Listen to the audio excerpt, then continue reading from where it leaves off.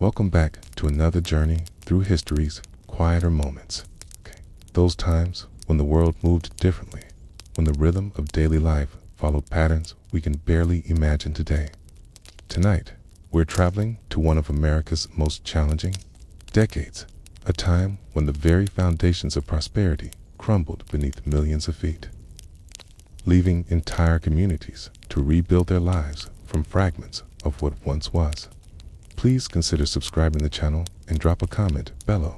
Picture yourself settling into the comfort of your bed, surrounded by the security of walls that have never known want, in a time when food appears with the simple act of opening a refrigerator, when light arrives at the flip of a switch. These small miracles of modern life become more precious when we consider those who lived without them, not by choice, but by the cruel arithmetic of economic collapse. The 1930s stretched before Americans like a vast, uncertain landscape.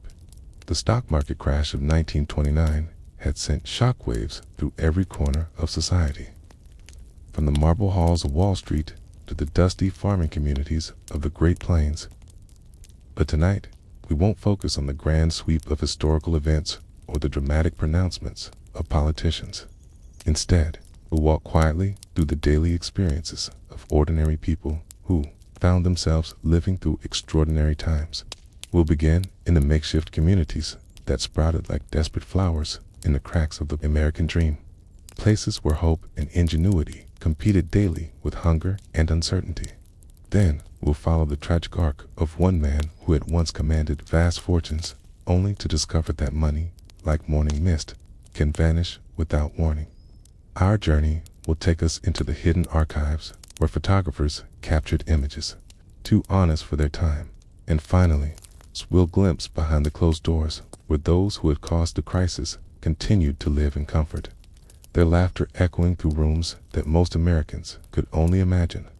So let yourself sink deeper into comfort, knowing that the struggles we'll explore tonight are safely contained within the pages of history. There are lessons preserved, but there are immediate threats long past.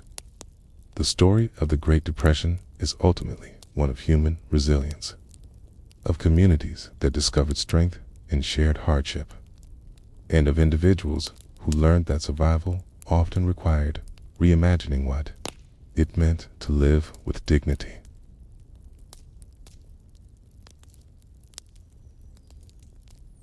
The sun rises reluctantly over what was once called Hooverville, though the residents here have their own names for this collection of shelters that sprouted like mushrooms after rain along the banks of the Willamette River.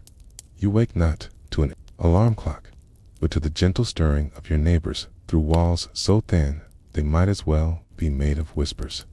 The morning light filters through gaps in the tin roof above your head, creating patterns that shift and dance as the metal expands in the warming air. Your bed is a collection of newspapers layered beneath a thin blanket that has seen better decades. The headlines beneath you speak of recovery programs and government initiatives, but here in this temporary city within a city, recovery moves at the pace of daily survival. You shared this 12-by-foot space with your wife, Martha, and your two children, ages 7 and 9. Though the children have adapted to their circumstances with the remarkable flexibility that childhood provides, they've created games from bottle caps and learned to find entertainment in the shadows their hands make against the canvas walls. The first task of every morning is water. You pull on boots that were once brown leather, but have faded to the color of dust, and make your way along the narrow pathways that serve as streets in this improvised neighborhood. The community has organized itself with surprising efficiency.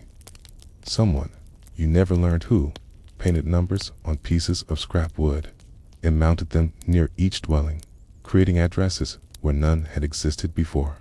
Your address is 47 Hope Street, though the name emerged organically from conversations rather than any official designation. The water pump stands at the center of what everyone calls the town square, though it's simply the place where several paths converge around a hand-operated well that the city allowed the community to dig. The pump handle is worn smooth by thousands of hands, and there's an unspoken protocol about its use. Families with small children get priority in the early morning hours, followed by those heading out to look for work, then everyone else. You fill 2 buckets, knowing that this water will serve for drinking, cooking, and washing until tomorrow's trip. Walking back, notice Mrs. Henderson hanging laundry on a line strung between her shelter and a stunted oak tree. Her husband lost his job at the lumber mill 18 months ago, and they've been here almost as long as you have. She waves, and you exchange the small pleasantries that maintain the illusion of normalcy. The weather, the quality of sleep, hopes for the day ahead. These conversations serve as invisible threads that weave the community together, creating stability in a place that could theoretically disappear overnight. Your wife Martha has already coaxed life from the small camp stove that serves as your kitchen. The fuel is precious, measured out in careful portions that must last until you can afford more. Breakfast consists of oatmeal stretched with water to serve for people, accompanied by coffee that has been reused so many times it's more suggestion than substance. The children have learned not to complain about hunger, though you can see it in the careful way they eat, savoring each spoonful as if it might be the last.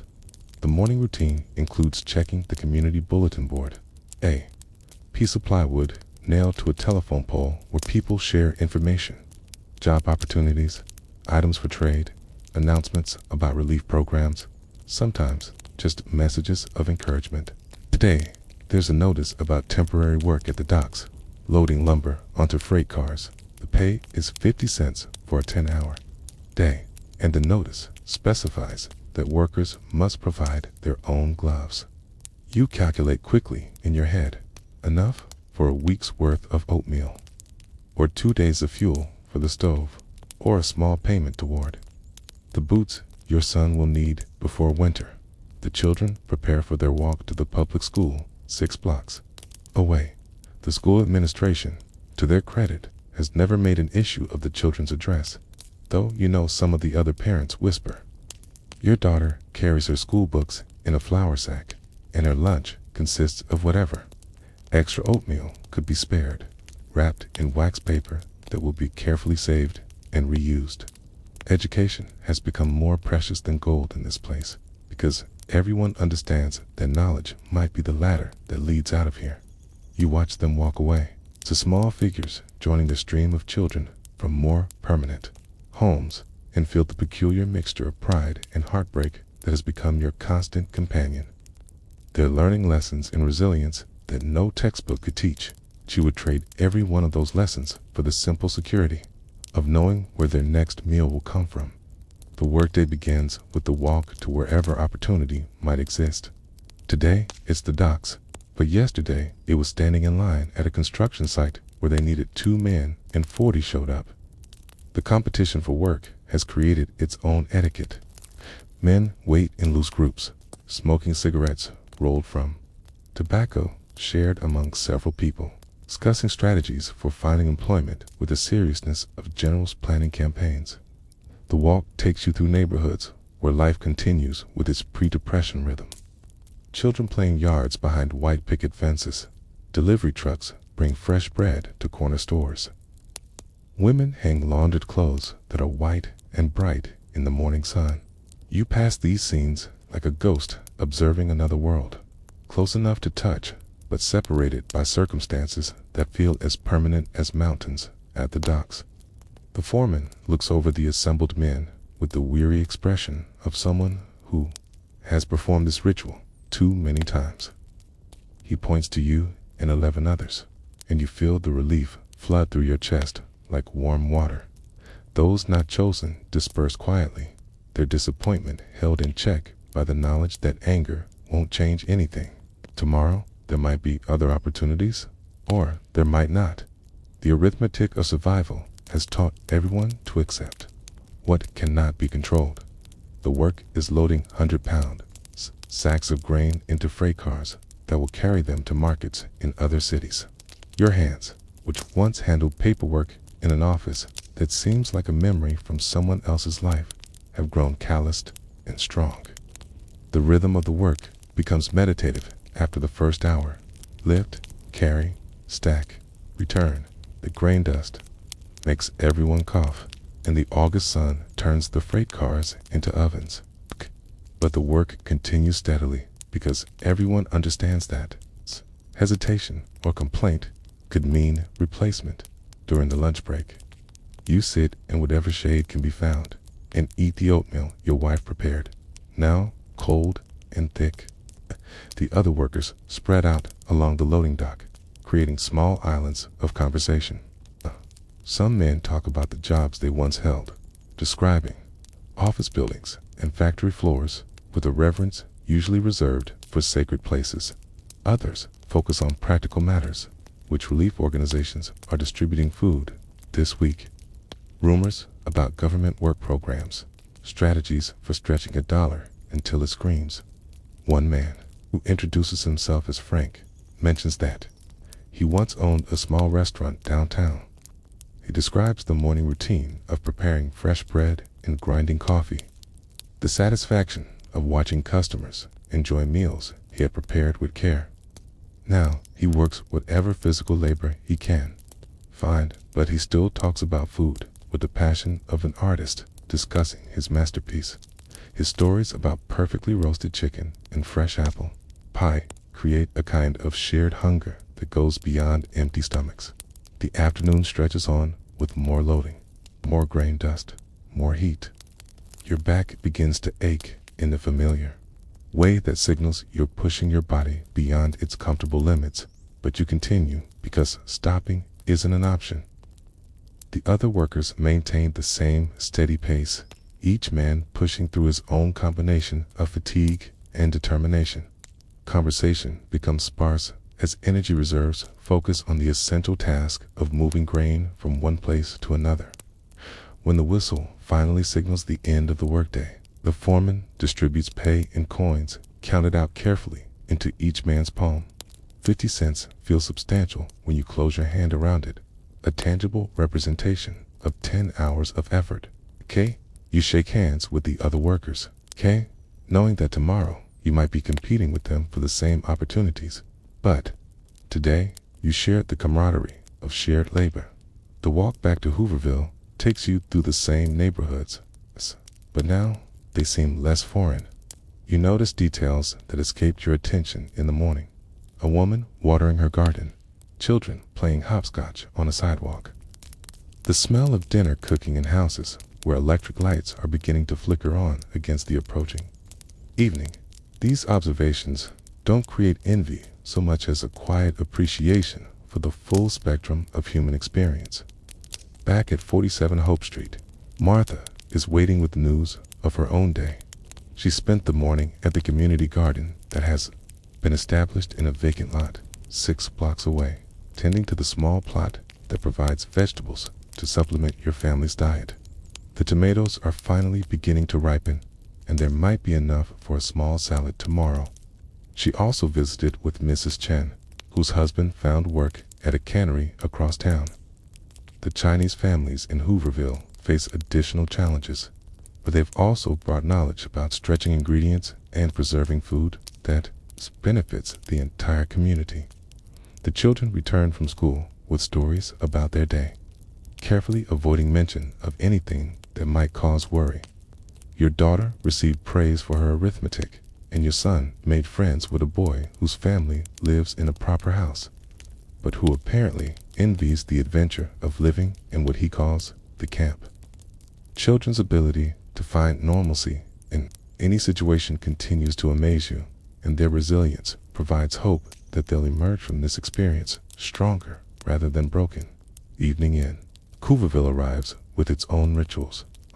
Someone usually produces a guitar or harmonica, and small gatherings form around whoever is making music.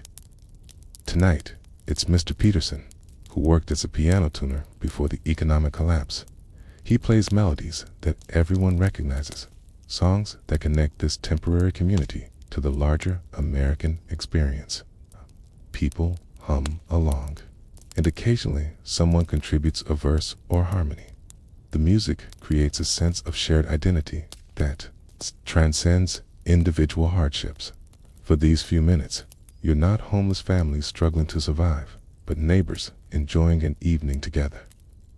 Children play games in the gathering dusk, while adults discuss the day's small victories and tomorrow's possibilities.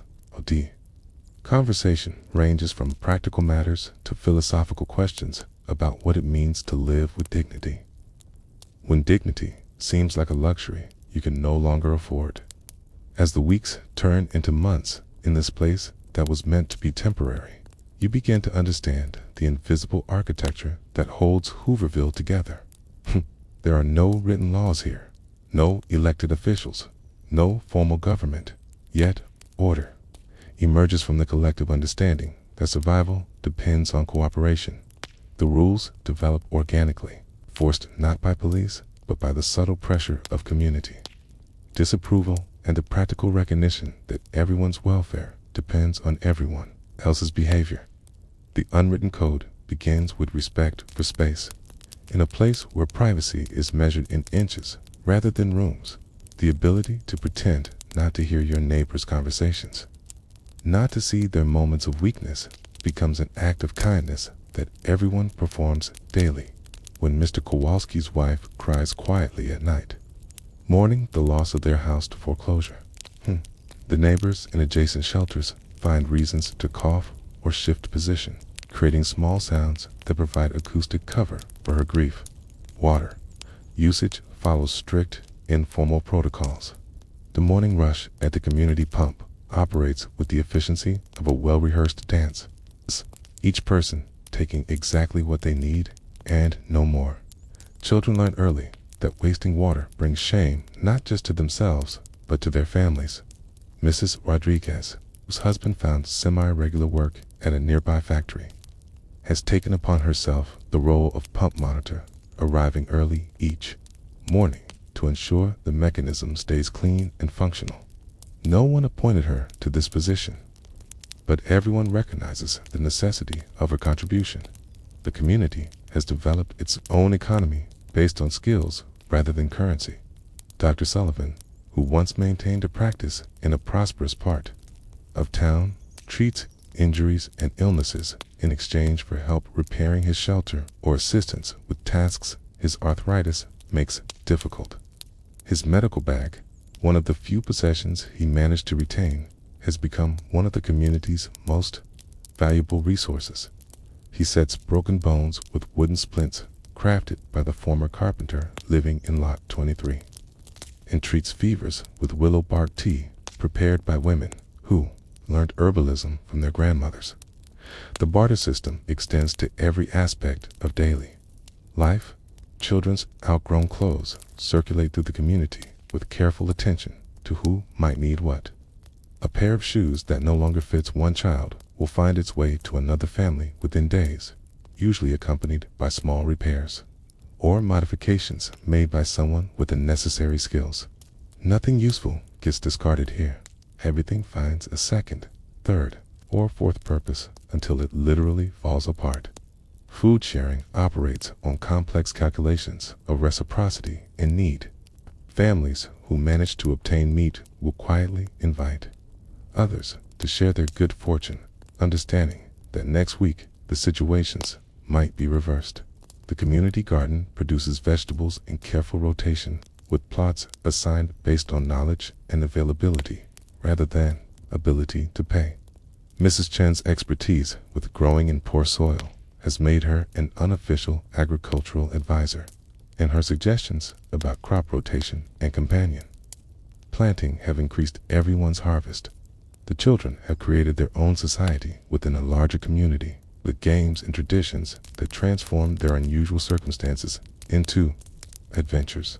They've established a school of sorts in an abandoned freight car, where older children teach younger ones skills that supplement their formal education, reading and arithmetic mix with practical lessons about identifying edible plants, basic first aid, and strategies for staying warm during cold nights. Activity in finding entertainment costs. Nothing but enriches everyone's daily experience. Saturday evenings bring the closest thing to formal community meetings, though they disguise themselves as social gatherings. People naturally cluster around whoever has managed to start a fire, and conversation gradually shifts from personal updates to community concerns. Someone mentions that the city officials have been asking questions about the settlement, sparking discussions about contingency plans and alternative locations. These conversations happen in low voices, with frequent glances toward where children might be listening. The leadership structure, such as it exists, centers around individuals who have demonstrated particular skills or knowledge. Former business owners often find themselves consulted about organizational matters, while those with construction experience take charge of community improvement projects. The democratic process happens through consensus rather than voting, with decisions emerging from gradual agreement rather than formal procedures. Disagreements get resolved through patient discussion and the practical recognition that conflict weakens everyone's position. Religious services happen on Sunday mornings, led by whoever feels moved to speak and attended by anyone who chooses to participate. The denomination matters less than the shared need for hope and spiritual comfort. Former Methodist ministers share speaking duties with Catholic laypeople and Jewish refugees from failed businesses. The services blend prayers, hymns, and practical discussions about maintaining faith during difficult times. The location shifts depending on weather, sometimes gathering under the largest tarp, sometimes meeting in the open air beside the river. Personal hygiene requires creativity and community cooperation. The women have established a system for sharing soap and organizing collective laundry sessions at the river. Men take turns using a cracked mirror hung from a tree branch, shaving, with razors that get shared and resharpened by whoever has the skill. Children bathe in groups, supervised by rotating adults, turning necessary cleanliness into social activity. Privacy becomes a luxury that everyone agrees to provide through strategic inattention and careful timing. The mail system depends on establishing relationships with postal workers willing to deliver letters to general delivery. Hooverville. Several families maintain post office boxes when they can afford the fee, serving as collection points for neighbors who can't. Job opportunities, government relief information, and letters from family members in other cities all flow through this informal network. The arrival of mail becomes a community event, quote, with news shared among neighbors who understand that information might mean the difference between finding work and going without. Healthcare extends beyond Dr. Sullivan's medical expertise to include traditional remedies and preventive measures that the community has collectively developed. Knowledge about treating cuts with honey, reducing fever with cool water and rest, and preventing respiratory infections through ventilation gets passed from person to person. The lack of access to formal medical care has created a renewed appreciation for folk medicine and the importance of staying healthy through nutrition and cleanliness, rather than relying on treatment after illness develops. Winter preparations begin in late summer, with community discussions about insulation, heating, and food preservation. Those with carpentry skills work on reinforcing shelters, while others focus on gathering materials for warmth. The community has collectively decided that no one will be allowed to freeze, even if it means redistributing resources in ways that individual families might not initially choose. Planning for cold weather requires setting aside individual preferences in favor of collective survival strategies. The relationship with the outside world remains carefully managed. Community members who find regular work serve as informal ambassadors, maintaining the settlement's reputation through their reliability and competence. Everyone understands that their collective behavior affects the city's tolerance for their presence. Acts of charity from local churches and civic organizations are received with gratitude, but without dependence. Maintaining the dignity that comes from being temporarily down rather than permanently defeated, entertainment develops from whatever talents the community contains. Former vaudeville performers share jokes and stories. Musicians provide evening concerts, and those with theatrical experience organize simple plays using costumes created from donated clothing. These performances serve multiple purposes, providing distraction from daily hardships, maintaining connections to cultural life, and demonstrating that poverty hasn't diminished the community's appreciation for art and beauty. The education of children becomes a community responsibility that extends far beyond formal schooling. Adults with specialized knowledge share their expertise freely, creating informal apprenticeships and mentoring relationships. A former accountant teaches mathematical concepts through practical examples of budgeting and resource allocation. A retired seamstress shows children how to repair clothing and create useful items from scraps. These lessons prepare young people for eventual economic recovery while providing immediate practical benefits. Crime remains remarkably rare, not because of external law enforcement, but because of the community's collective understanding that theft or violence would destroy the trust that makes survival possible. Disputes get resolved through mediation rather than confrontation, usually involving respected community members who help find solutions that preserve relationships. The knowledge that everyone's welfare depends on community cohesion creates powerful incentives for maintaining peaceful cooperation as you settle into sleep each night, listening to the quiet sounds of your neighbors preparing for rest. You realize that this temporary community has developed characteristics that many permanent neighborhoods never achieve. The shared struggle has created bonds that transcend the usual barriers of background, education, and social class. Children play together without regard for their parents' former economic status, and adults cooperate based on present circumstances rather than past achievements. The rhythm of daily life in Hooverville has its own poetry, cadence of adaptation, and hope that continues despite uncertainty about the future. Each morning brings the possibility of work. Each evening, the satisfaction of another day successfully navigated. Each night, the restoration that comes from rest earned through honest effort. The community has learned to find richness in simplicity, meaning in mutual support, and dignity in the fundamental human capacity to endure and adapt. Tomorrow will bring its own challenges and opportunities, but tonight the settlement rests in the knowledge that whatever comes, it will be faced together. The invisible threads of community that have developed here prove stronger than the material bonds that once defined security. In learning to live with less, the residents of Hooverville have discovered resources they never knew they possessed, creating wealth from the simple recognition that survival is easier when it becomes a collective endeavor rather than an individual struggle. The first winter in Hooverville teaches lessons that no amount of preparation could have anticipated. October arrives with the kind of crisp mornings that once meant harvests and holiday preparations. But here, it signals the beginning of a season-long test of ingenuity and endurance. The makeshift shelters that provided adequate comfort during summer months suddenly reveal every gap, every thin spot, every compromise made in their hasty construction. The community discovers that survival requires not just day-to-day resourcefulness, but the ability to think months ahead while managing the immediate crisis of staying warm. You watch your breath form small clouds inside your shelter as November settles over the settlement like a heavy blanket. The tin roof that deflected summer rain now conducts cold with ruthless efficiency, turning your small space into a refrigerator that never quite warms, even when the camp stove burns continuously.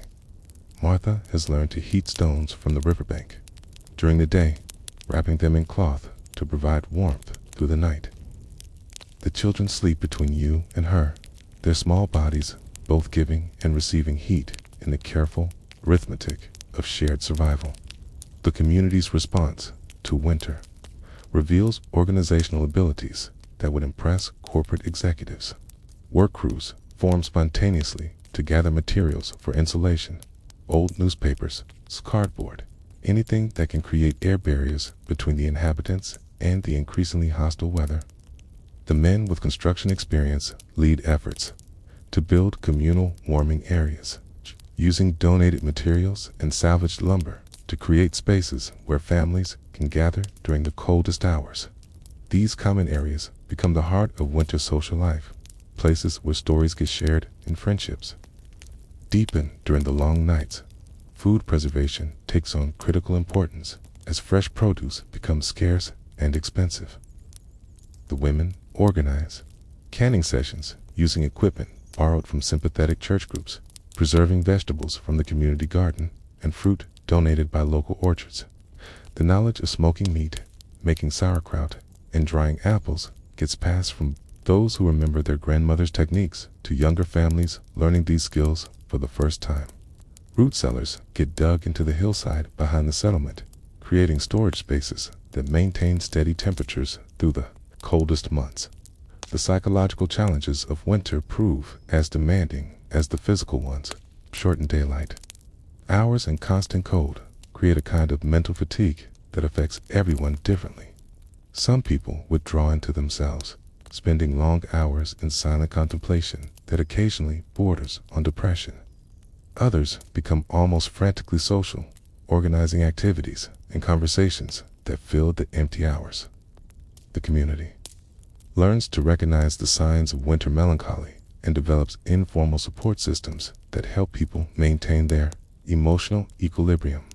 Children adapt to winter with remarkable creativity, inventing games that can be played in small spaces and finding entertainment in the simplest materials.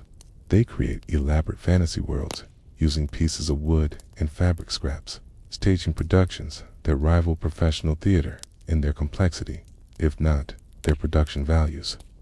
Their laughter provides a soundtrack to winter days that reminds adults why the struggle for survival matters.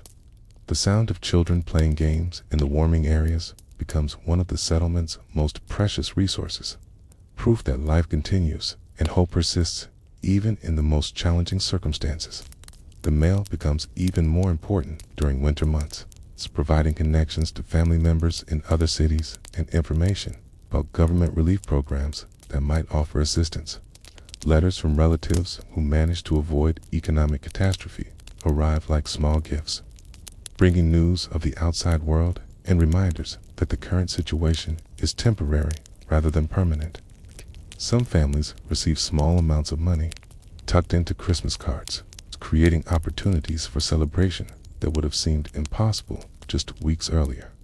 Religious observances take on special significance during the dark months. Christmas preparations begin in early November, with families pooling resources to create gifts and decorations that transform the settlement into something approaching festive. Children make presents for each other using materials that cost nothing but require hours of careful work. Adults organize carol singing and create nativity scenes using whatever materials can be found or borrowed. The celebration becomes a community effort that demonstrates the human capacity to find joy and meaning even in the most reduced circumstances January brings.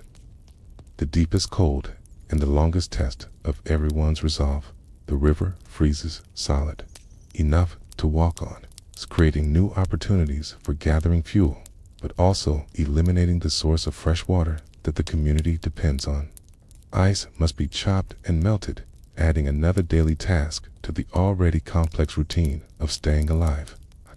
The work of survival becomes a full-time occupation that leaves little energy for anything beyond the essential activities of finding food, staying warm, and maintaining the basic structures that make community life possible. The arrival of flu season creates genuine fear in a population that lacks access to adequate medical care. Dr. Sullivan works tirelessly to treat symptoms with whatever medications he can obtain, but prevention becomes everyone's responsibility. Quarantine protocols develop naturally as families with sick members isolate themselves to prevent spreading illness. The community organizes delivery of food and necessities to quarantined families. demonstrating the kind of collective care that becomes possible when individual survival depends on group welfare. Spring arrives with the force of revelation after the long winter siege. The first warm day in March brings people outdoors in numbers that make the settlement look crowded rather than sparse. The community garden gets expanded, with new plots laid out using knowledge gained from the previous year's experience. Families who survived the winter intact celebrate with the quiet satisfaction of having endured the worst that circumstances could deliver. Those who didn't make it through intact families that moved away in search of better opportunities. Individuals who found work that allowed them to rent proper housing are remembered with a mixture of loss and genuine happiness for their improved circumstances. The second year in Hooverville brings a different kind of challenge as the temporary arrangement begins to feel permanent. Some families invest more heavily in improving their shelters, adding amenities and decorative touches that suggest they're settling in for an extended stay. Others maintain the minimal approach that allows for quick departure if opportunities arise. The community debates whether to request formal recognition from the city government, weighing the potential benefits of official status against the risks of increased regulation and oversight. New arrivals continue to appear throughout the second year, bringing fresh perspectives and additional skills, but also straining the community's resources and established social structures. Integration of newcomers requires delicate diplomacy, as existing residents balance their desire to help others with the practical limitations of space and resources. The community develops informal orientation processes that help new families understand the unwritten rules and expectations that make communal living possible. Children who have spent more than a year in the settlement begin to show the complex effects of their unusual upbringing. They display remarkable self-reliance and social awareness, but they also sometimes struggle with the expectations and assumptions of the outside world. Teachers at the public school comment on their maturity and cooperation, but also note that they sometimes seem older than their chronological age would suggest. The experience of living through economic catastrophe has accelerated certain aspects of their development while preserving others in ways that create unique personalities shaped by extraordinary circumstances. The economy of Hooverville becomes more sophisticated as the community matures. Small businesses develop within the settlement. A barbershop operated from a converted packing crate. A cobbler who repairs shoes using materials salvaged from abandoned footwear. A seamstress who creates clothing from donated fabric and worn-out garments. These enterprises operate on credit and barter rather than cash, creating economic relationships that function despite the absence of traditional currency. The internal economy demonstrates the community's evolution from a collection of desperate individuals into a functioning society with its own financial systems. Political discussions become more common as residents develop opinions about government policies and relief programs based on direct experience with economic catastrophe. The community includes people from various political backgrounds and party affiliations, but the shared experience of hardship creates common ground that transcends previous ideological differences.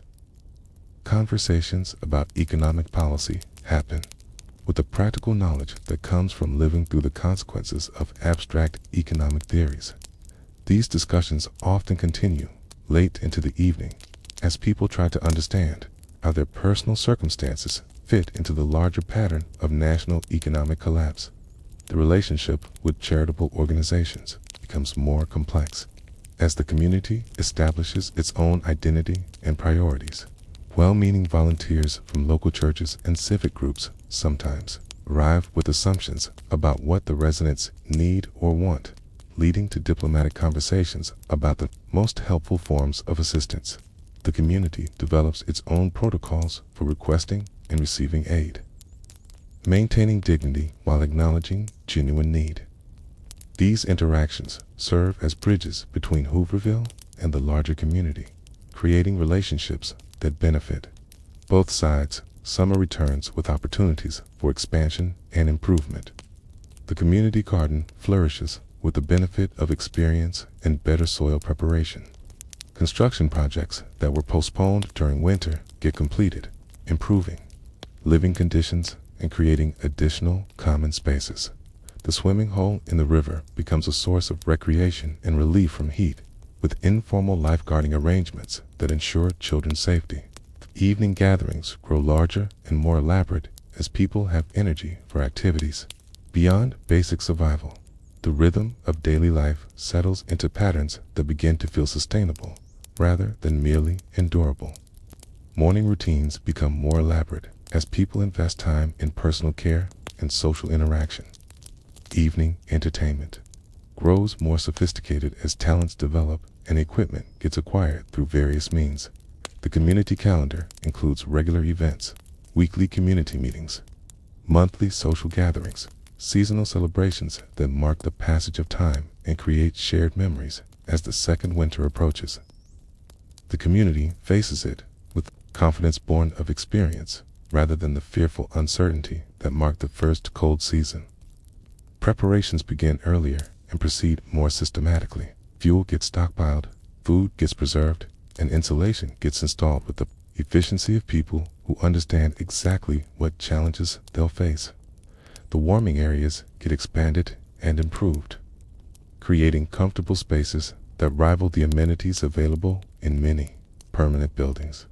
The long-term residents of Hooverville develop a particular perspective on time and progress that differs markedly from the attitudes they held in their previous lives. Success gets measured in smaller increments: a day when everyone has enough to eat, a week when no one gets seriously sick, a month when the community fund grows large enough to purchase needed supplies. These modest victories accumulate into something resembling stability. It's proving that security can exist even without the traditional markers of prosperity. The question of permanence versus temporariness becomes increasingly complex as months turn into years. Some families begin to view their time in Hooverville as a chapter in their lives rather than a brief interruption, making investments in community life that suggest long-term commitment. Others maintain their focus on eventual departure, saving resources and developing skills that will help them transition back into mainstream economic life when opportunities arise. Both approaches prove valid, and the community learns to support different visions of the future while maintaining present cooperation. The children who grow up in Hooverville develop perspectives on community, cooperation, and resilience that will influence their entire lives. They learn that security comes from relationships rather than possessions, that dignity survives economic catastrophe, and that ordinary people can create extraordinary communities when circumstances demand collective action. These lessons, learned through lived experience rather than abstract instruction, prepare them for whatever challenges their adult lives might bring, while providing them with models of community organization that transcend their immediate circumstances.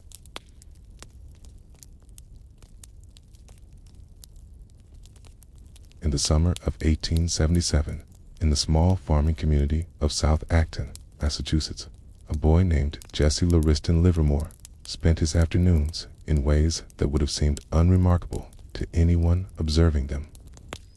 He helped his father with farm chores, attended the one-room schoolhouse where children of all ages learned together, and listened to the conversations of adults who measured prosperity in terms of successful harvests and the price of milk at the local market. Yet something in the boy's mind worked differently, crunching numbers and patterns with an intensity that set him apart from his peers in ways that wouldn't become apparent for several years. The Livermore farm occupied 43 acres of New England soil that yielded modest crops and supported a small dairy operation. Jesse's father, Hiram, embodied the stolid virtues of rural life: hard work, practical thinking, and deep suspicion of anything that resembled speculation or risk-taking. The family's prosperity depended on understanding weather patterns, soil conditions, and the seasonal rhythms that governed agricultural life, money came from tangible work that produced visible results. And success could be measured in bushels of corn or pounds of butter sold at the regional market. Jesse's early education took place in circumstances that encouraged self-reliance and independent thinking. The schoolhouse served children ranging in age from 6 to 16, requiring older students to help teach younger ones and forcing everyone to develop skills at their own pace. Jesse demonstrated exceptional ability with numbers, working through arithmetic problems with a speed and accuracy that impressed his teachers, but sometimes created social difficulties with classmates, who found his mathematical talents intimidating rather than admirable. The boy's fascination with numbers extended beyond schoolwork into observations about the patterns he noticed in everyday life. He kept informal records of egg production from the family's chickens, noting how various factors affected daily output. He tracked the prices of agricultural commodities mentioned in the weekly newspaper, creating charts that showed seasonal variations and long-term trends. These activities seemed like harmless hobbies to his family, who viewed them as evidence of their son's intelligence without recognizing the particular type of mind that was developing. Jesse's first exposure to the world of finance came through the pages of the Boston newspapers that occasionally made their way to South Acton. The financial pages, their columns of numbers representing stock prices and trading volumes, captivated him in ways that the agricultural reports and local news could not. He began copying these numbers into notebooks, tracking the movements of individual stocks and trying to discern patterns in the seemingly random fluctuations. The activity required no investment of money, only time and attention, making it a perfect hobby for a farm boy with more curiosity than capital. The contrast between this agricultural mindset of his family and the financial world that fascinated Jesse created an internal tension that would influence his entire life. Farming rewarded patience, careful planning, and acceptance of natural cycles beyond human control. The stock market, as Jesse began to understand it, offered opportunities for rapid gains based on quick thinking and willingness to accept risk. The two worldviews seemed fundamentally incompatible, yet Jesse found himself drawn to the excitement and possibility that financial speculation represented. Reading became Jesse's primary method of educating himself about the larger world beyond South Acton. He devoured books about business and finance whenever he could obtain them, often borrowing volumes from the small library in the nearby town of Concord. These books introduced him to concepts that had no relevance to farm life, corporate structures, market manipulation, the psychology of speculation. The knowledge accumulated slowly, like sediment in a stream, creating a foundation of understanding that would prove essential in later years. The social isolation that came with his unusual interests taught Jesse to rely on his own judgment rather than seeking validation from others. His schoolmates showed little interest in discussions about stock prices or market trends, preferring to focus on more immediate concerns like local gossip and seasonal activities. This isolation fostered independence of thought that would become one of Jesse's greatest strengths as a speculator, allowing him to make decisions based on his own analysis rather than following the crowd's opinion. Jesse's relationship with his father grew increasingly strained as his interests diverged from the practical concerns of farming. Hiram viewed his son's fascination with financial markets as a dangerous distraction from the honest work that provided the family's livelihood. The older man had witnessed enough economic panics and market crashes to understand that speculation could destroy families as easily as it enriched them. These differences created a generational conflict that reflected broader changes taking place in American society as the country transitioned from an agricultural to an industrial economy. The mathematical abilities that set Jesse apart in school began to manifest in more sophisticated ways as he entered his teenage years.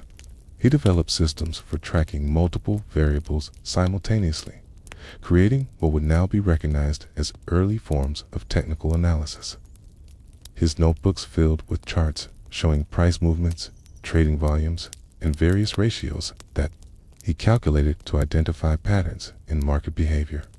The work required hours of careful computation, but Jesse found the process engaging rather than tedious.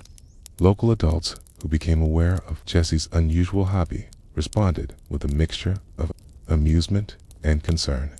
Some viewed his interest in finance as evidence of intelligence and ambition that might lead to success in the business world.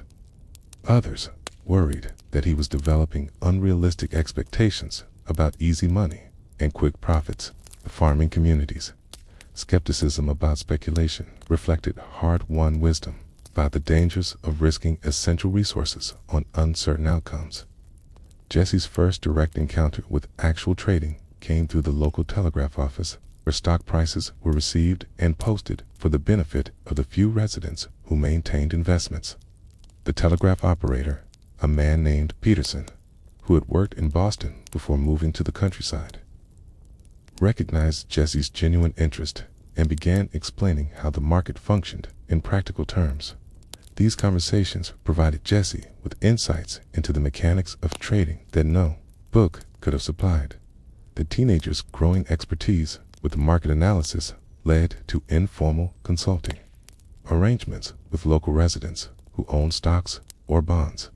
Jesse began providing advice about when to buy or sell, basing his recommendations on the patterns he had identified through his extensive record keeping. His success rate proved high enough to earn him a reputation as someone who understood financial markets better than might be expected from a farm boy with no formal training in economics or business. The decision to leave South Acton and pursue opportunities in the financial world required Jesse to overcome both family opposition and his own uncertainty about abandoning the security of rural life. His father's disapproval was both practical and emotional, reflecting fears that Jesse would be corrupted by the moral compromises that urban life and financial speculation seemed to require. The conflict between security and opportunity, between traditional values and modern possibilities, created internal struggles that would influence Jesse's approach to risk and reward.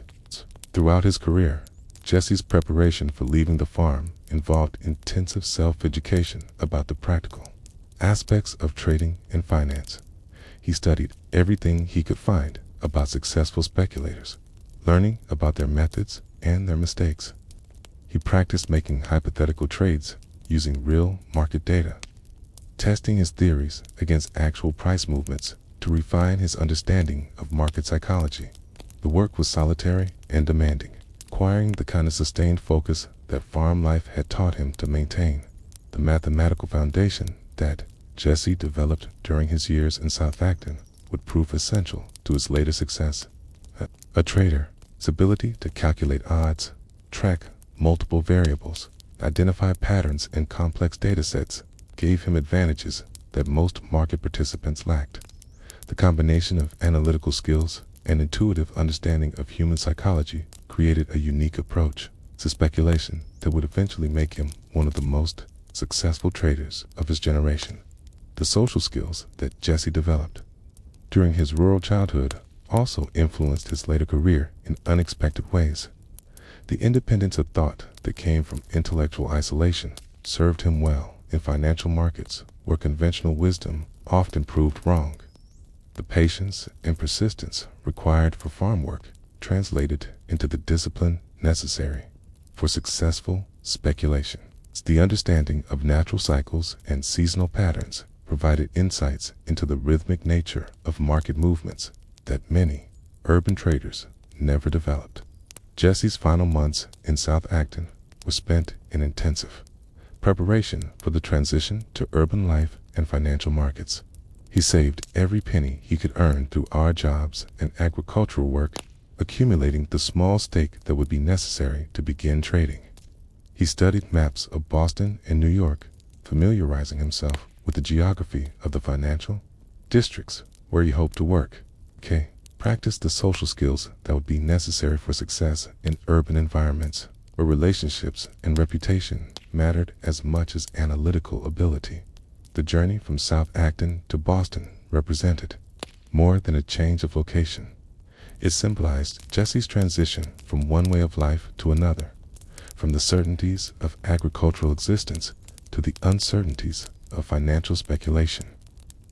The values and skills developed during his rural childhood would continue to influence his approach to trading throughout his career, providing him with psychological resources that many of his competitors lacked. The boy who had spent his afternoons tracking egg production and studying stock prices in newspaper columns was about to discover whether his theories about market behavior would prove accurate when tested with real money and real consequences. The contrast between the measured rhythms of farm life and the frantic pace of financial markets would challenge every assumption Jesse had developed about work, success, and the relationship between effort and reward. The lessons learned during his years in South Acton, patience, independence, analytical thinking, and respect for natural cycles would prove both advantageous and sometimes problematic as he navigated the artificial world of stock exchanges and trading floors. The foundation was solid, but the superstructure would need to be adapted to circumstances that no amount of rural experience could have anticipated.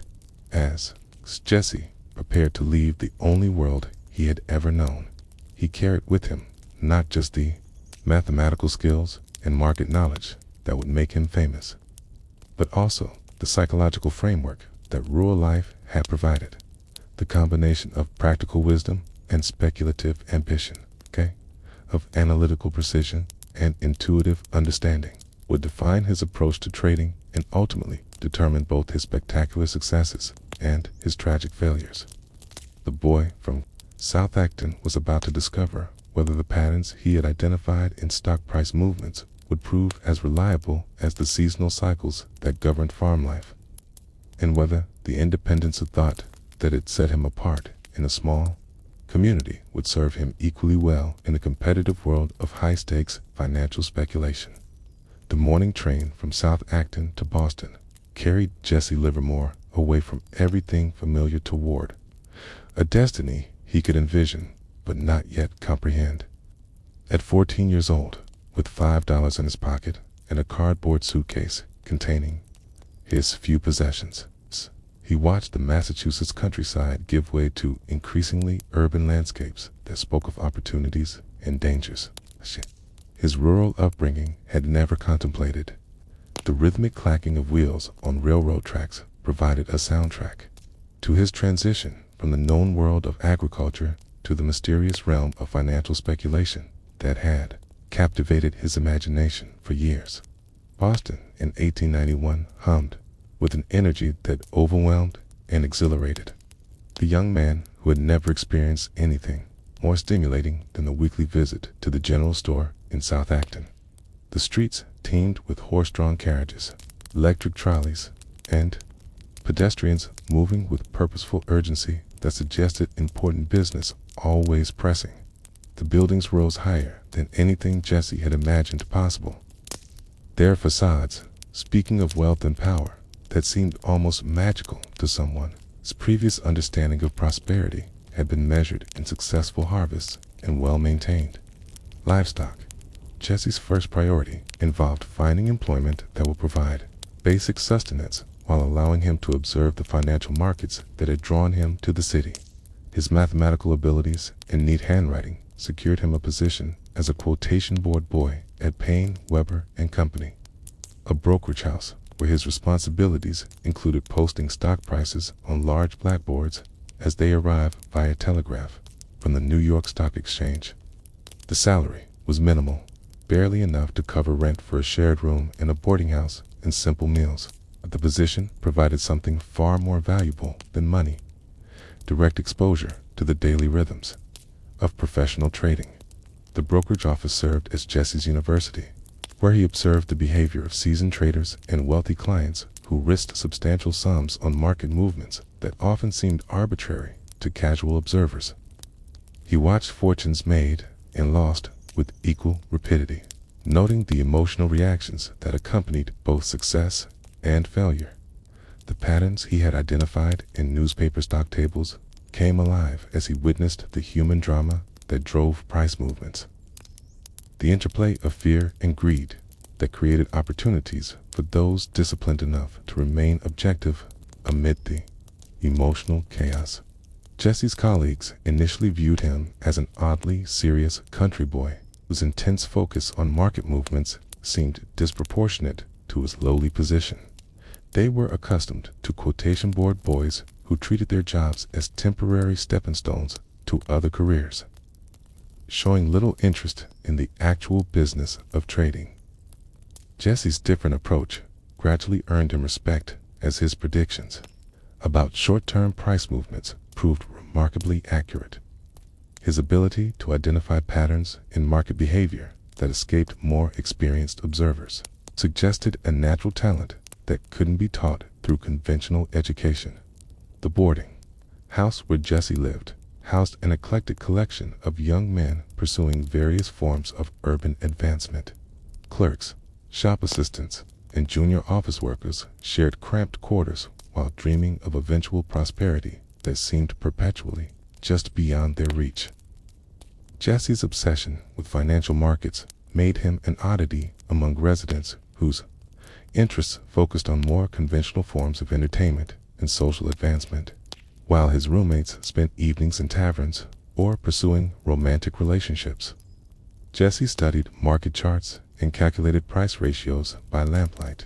The transition from rural to urban life required adjustments that extended far beyond the obvious differences in environment and opportunity.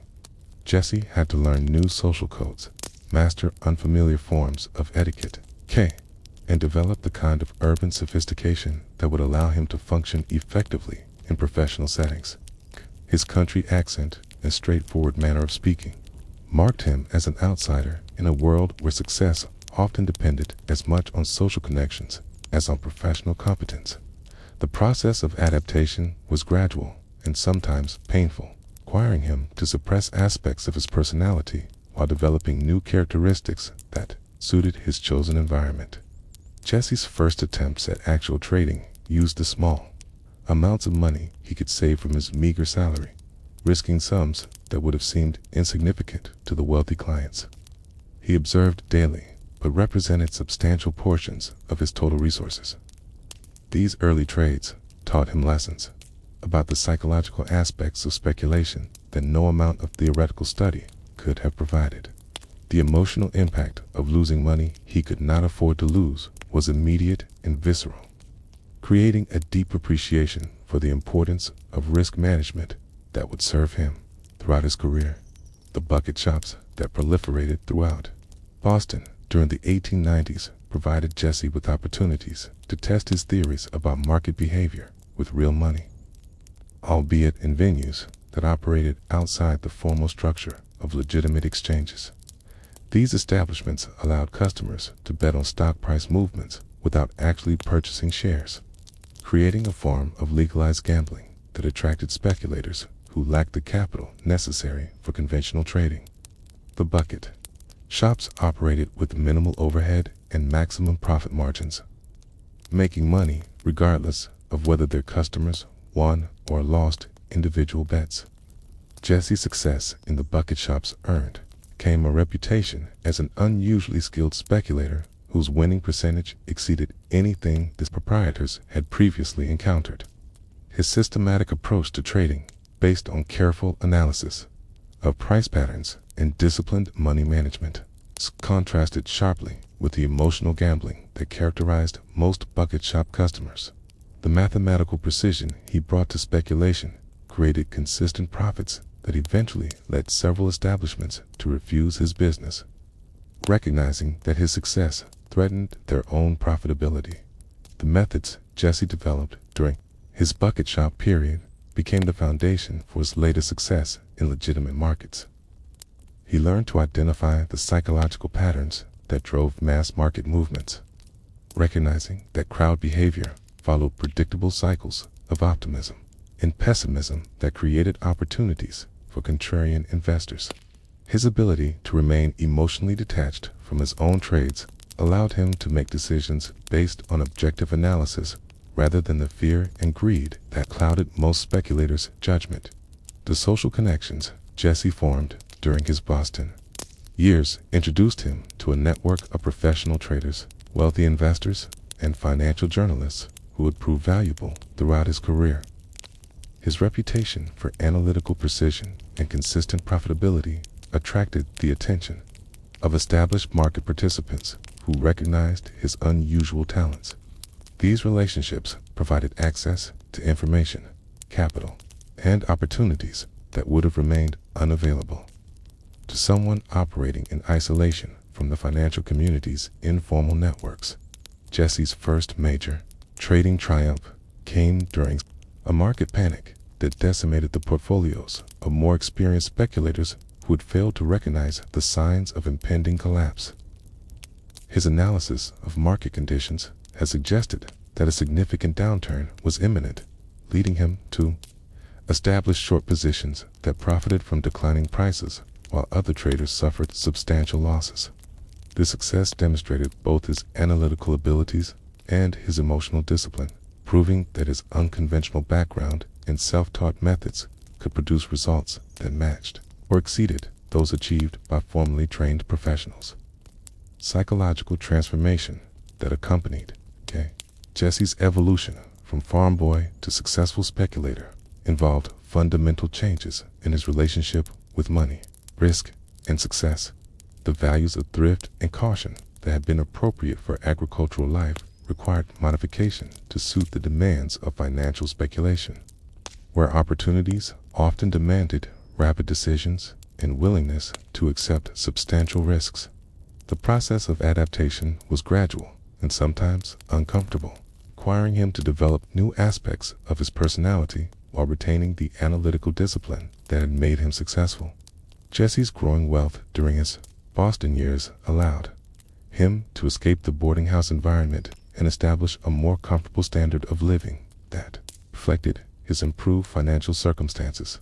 He rented a small apartment in a respectable neighborhood, purchased better clothing that would allow him to blend in among successful business professionals, and began to develop the social skills necessary for advancement in Boston's competitive commercial environment. The external changes paralleled internal developments as he gained confidence in his abilities and began to envision possibilities that extended far beyond his humble origins. The mathematical systems that Jesse developed for analyzing market behavior became increasingly sophisticated as his experience expanded and his understanding deepened. He created elaborate charts tracking multiple variables simultaneously, developed formulas for calculating optimal position sizes based on available capital and perceived risk levels, and established rules for entering and exiting trades that removed emotional decision-making from the speculation process. The systematic approach distinguished him from intuitive traders who relied on hunches and gut feelings rather than analytical precision. Jesse's success in Boston's financial markets attracted attention from New York-based firms that recognized his unusual talents and offered opportunities for advancement that would require relocating to the nation's financial capital. The prospect of operating in larger markets with greater opportunities was both exciting and intimidating, representing another major transition that would test his abilities against more formidable competition while providing access to virtually unlimited potential for wealth accumulation. The decision to leave Boston for New York required careful consideration of the risks and benefits involved in such a dramatic change. The relationships Jesse formed with Boston's financial elite provided him with insights into the social and cultural aspects of wealth that his rural background had never exposed him to. He observed how successful businessmen conducted themselves in professional and social settings, learning to recognize the subtle signals that distinguished genuine success from mere pretension. These lessons in social sophistication would prove essential as he advanced to higher levels of the financial world, where personal relationships often determined access to the most lucrative opportunities. Jesse's final months in Boston were spent preparing for the transition to New York markets. that would represent the ultimate test of his speculative abilities. He studied the differences between Boston and New York trading practices, familiarized himself with the major players and institutions that dominated Wall Street, accumulated the capital necessary to operate effectively in larger and more competitive markets. The preparation was both practical and psychological, requiring him to develop the confidence necessary to compete against the most skilled speculators in the world, while maintaining the analytical discipline that had made him successful. The evolution from quotation board boy to successful speculator represented more than a change in profession. It demonstrated the transformation of a rural outsider into an urban sophisticate who could navigate the complex world of high-stakes financial speculation. Jesse's success proved that intelligence, discipline, and analytical ability could overcome the disadvantages of humble origins and lack of formal education, at least in the meritocratic environment that financial markets sometimes provided. The foundation established during his Boston years would support the even greater successes and eventual tragic failures that awaited him in New York. The Hudson River ferry that carried Jesse Livermore from the New Jersey shore to Manhattan on a crisp October morning in 1896 might as well have transported him to another planet. The skyline that emerged from the morning mist spoke of ambitions and achievements that dwarfed anything he had witnessed in Boston. While the harbor teemed with ships carrying goods and people from every corner of the civilized world, Wall Street lay waiting somewhere beyond that forest of buildings, a narrow canyon where fortunes were made and lost with a rapidity that would have seemed impossible to the farmers of South Acton, where prosperity accumulated slowly through seasons of patient labor. Jesse's first weeks in New York required adjustments that tested every aspect of his carefully developed professional persona. The pace of trading was faster, the amounts of money involved were larger, and the level of competition was more intense than anything he had experienced in Boston's relatively provincial financial community. The brokers, speculators, and financiers who populated Wall Street operated with a sophistication and ruthlessness that reflected decades of evolution in America's financial center. Success here required not just analytical ability and emotional discipline, but also the kind of strategic thinking and psychological warfare that separated genuine masters from merely competent practitioners. The trading floor of the New York Stock Exchange presented a spectacle of controlled chaos that fascinated and intimidated Jesse in equal measure. Hundreds of men moved in intricate patterns around trading posts, their shouted orders and hand signals creating a complex communication system that orchestrated the flow of millions of dollars through the American economy. The noise was overwhelming, a constant roar of voices punctuated by the ringing of bells, the clicking of telegraph keys that brought news from financial centers around the world. Yet beneath the apparent disorder lay precise rules and deeply understood protocols that governed every transaction.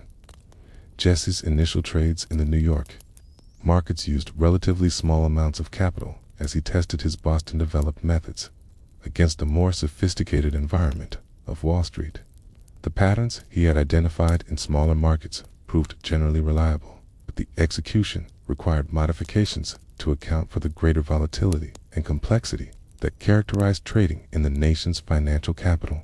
The learning curve was steep and expensive, with several costly mistakes teaching him lessons about market dynamics that no amount of theoretical study could have provided. The social aspects of Wall Street success proved as challenging as the technical demands of trading itself. Jesse discovered that information flow, access to key decision makers, and participation in informal networks often determined which opportunities became available to individual speculators. His outsider status as a Boston transplant with no family connections or institutional affiliations created disadvantages that required careful navigation. Success demanded not just analytical excellence, but also the development of relationships and reputation that would provide access to the most lucrative possibilities. Jesse's breakthrough came during the market panic of 1901, when his analysis of underlying economic conditions led him to recognize that a major downturn was imminent, while most other speculators remained optimistically bullish. His decision to establish substantial short positions against the prevailing market sentiment required both analytical confidence and emotional courage, as he bet against the judgment of far more experienced traders who had much greater access to insider information. When the market collapsed, as he had predicted, Jesse's profits were enormous, while his competitors suffered devastating losses. The success of 1901 established Jesse's reputation as a speculator of unusual ability, whose analytical methods could produce results that traditional approaches failed to achieve. His systematic approach to market analysis, combined with disciplined risk management and emotional detachment from individual trades, created a competitive advantage that allowed him to prosper during market conditions that destroyed other traders. The wealth that resulted from his successful speculation provided both increased opportunities and new challenges as he navigated the complexities of sudden prosperity. Jesse's personal life during his early New York years reflected the demands and rewards of his chosen profession. The long hours required for market analysis and trading left little time for social relationships or cultural pursuits that might have provided balance to his intensely focused existence. His apartments were spartanly furnished but equipped with elaborate systems for tracking market data and calculating trading positions. Books about mathematics, psychology, and market theory filled the shelves, while charts and graphs covered the walls like maps of territories he hoped to conquer through superior understanding. The psychological pressures that accompanied Jesse's growing success created internal tensions that would eventually contribute to his downfall. The constant stress of making decisions involving large sums of money, combined with the social isolation that resulted from his obsessive focus on trading, began to affect his mental and emotional equilibrium. The confidence that had served him well during his rise occasionally crossed the line into arrogance, leading to increasingly aggressive positions that amplified both potential profits and potential losses. Jesse's trading methods evolved continuously as his experience expanded and market conditions changed. He developed increasingly sophisticated mathematical models for predicting price movements, incorporating factors ranging from seasonal patterns to psychological indicators that reflected crowd behavior. His notebooks filled with observations about the relationship between news events and market reactions, the timing of major moves, and the subtle signals that preceded significant changes in trend direction. The systematic approach distinguished him from intuitive traders who relied on hunches rather than analytical precision. The wealth that Jesse accumulated during his most successful periods allowed him to experiment with lifestyle choices that reflected his dramatically improved circumstances. He purchased expensive clothing that signaled his success to the Wall Street community, rented larger apartments in fashionable neighborhoods, began to develop the tastes and habits that separated successful speculators from struggling clerks. Yet the fundamental austerity of his personality, developed during his rural childhood and reinforced by years of careful money management, prevented the kind of conspicuous consumption that characterized many newly wealthy individuals. Jesse's first major setback came during the panic of 1907, when a series of miscalculations and overconfident positions resulted in losses that wiped out most of his accumulated wealth. The experience was both financially devastating and psychologically crushing, forcing him to confront the limits of his analytical abilities and the dangers of excessive risk-taking.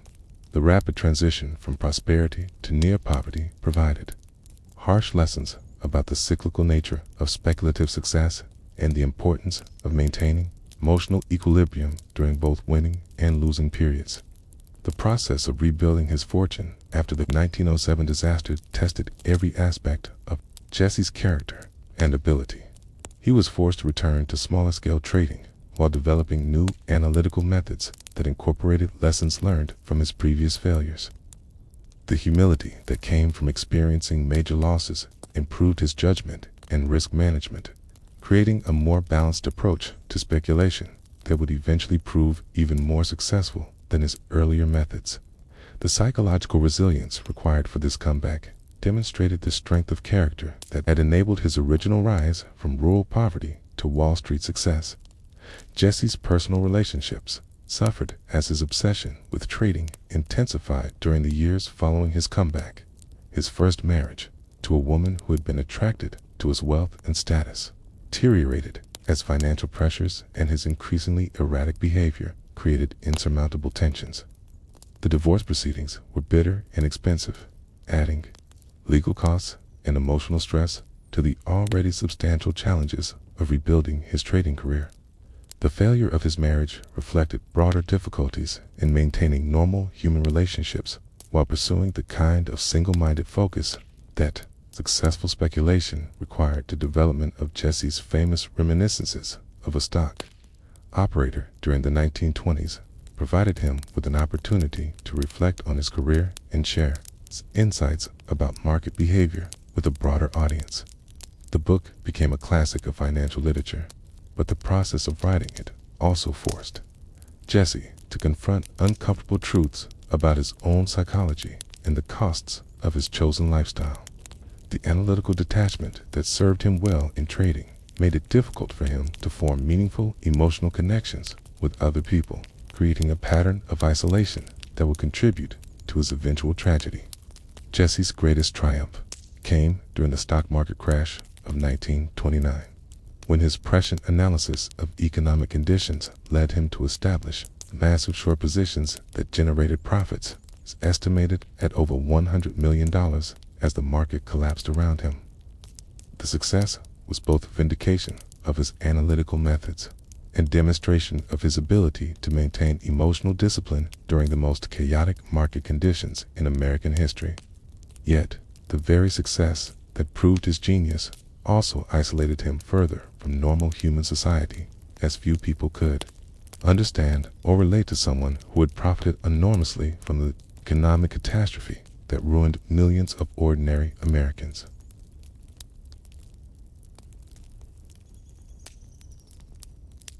In the basement of a nondescript government building in Washington, D.C., beneath layers of bureaucratic paperwork and administrative oversight, lay thousands of photographs that told stories the Roosevelt administration preferred to keep quietly filed away.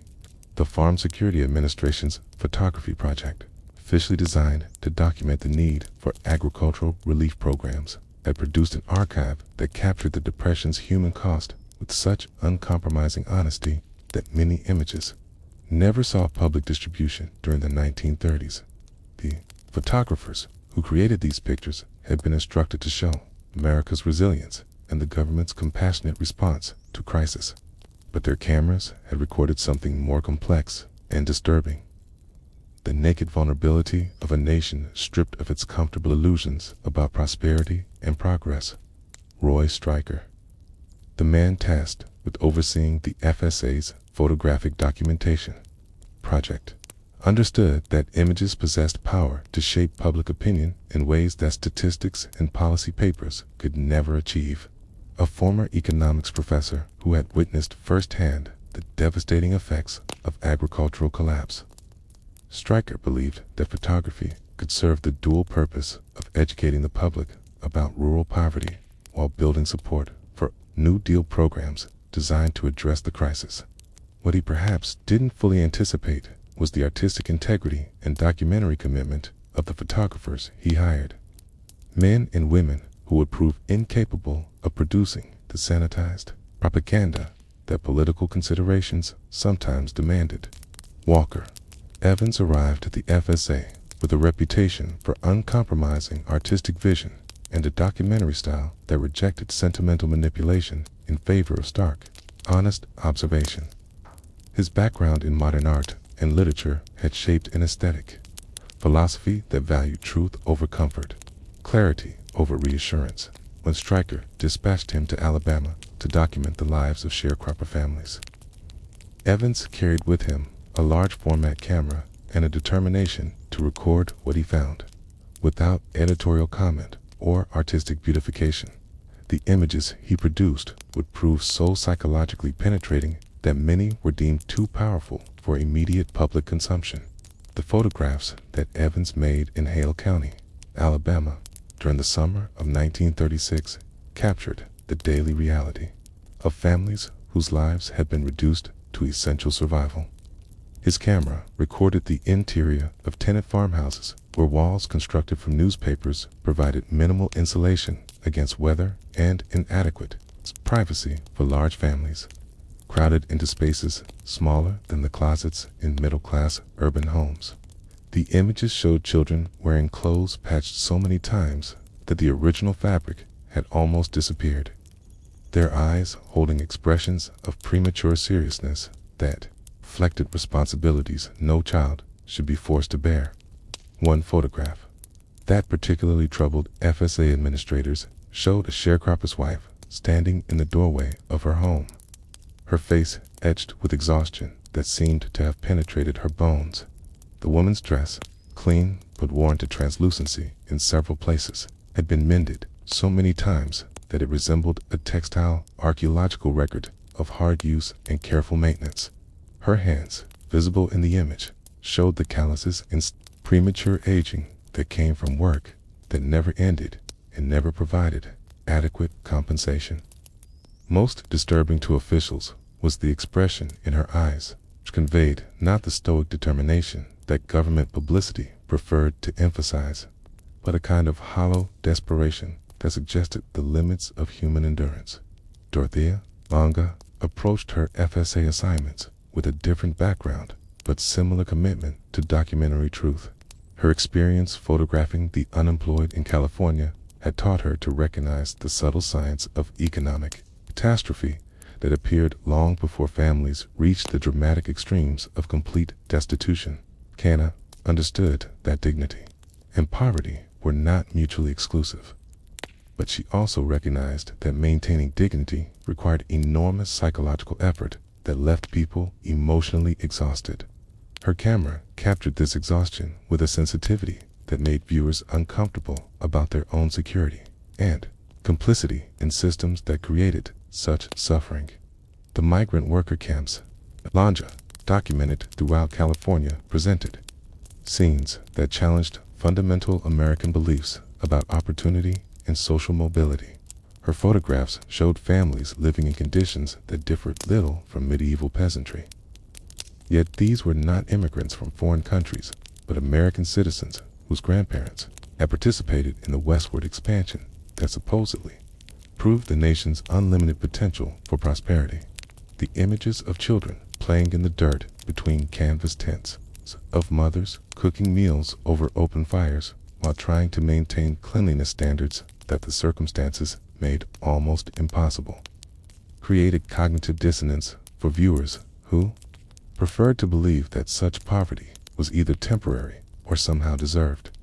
One of Lang's most suppressed images showed a mother of 7 children sitting beside her broken-down automobile on a highway in Central California.